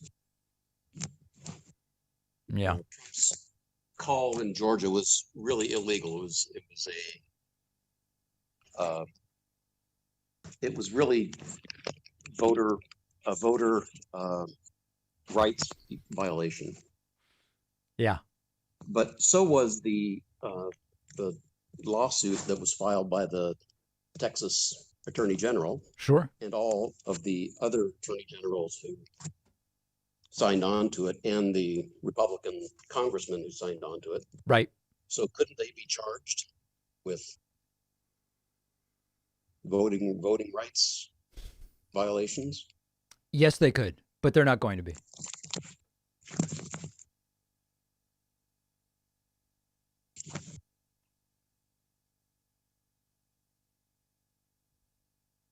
Steve? Okay. Yeah. Well, thanks for taking my call. All right. Thank you very much. All right, guys, I was told to take calls until one goes bad. So that is going to be the last call for today.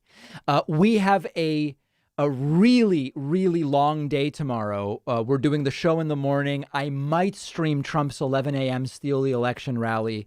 I will stream the 1 p.m. electoral vote count. So that is going to do it for me. As of right now, Loeffler +2, Perdue +3, with 13% of the vote still to go. If you're watching me on Twitch, we are going to raid, let's raid whoever I follow that has the fewest viewers right now. We are going to raid International Master Eric Rosen, who is doing some chess stuff right now. So join the raid if you are watching on Twitch.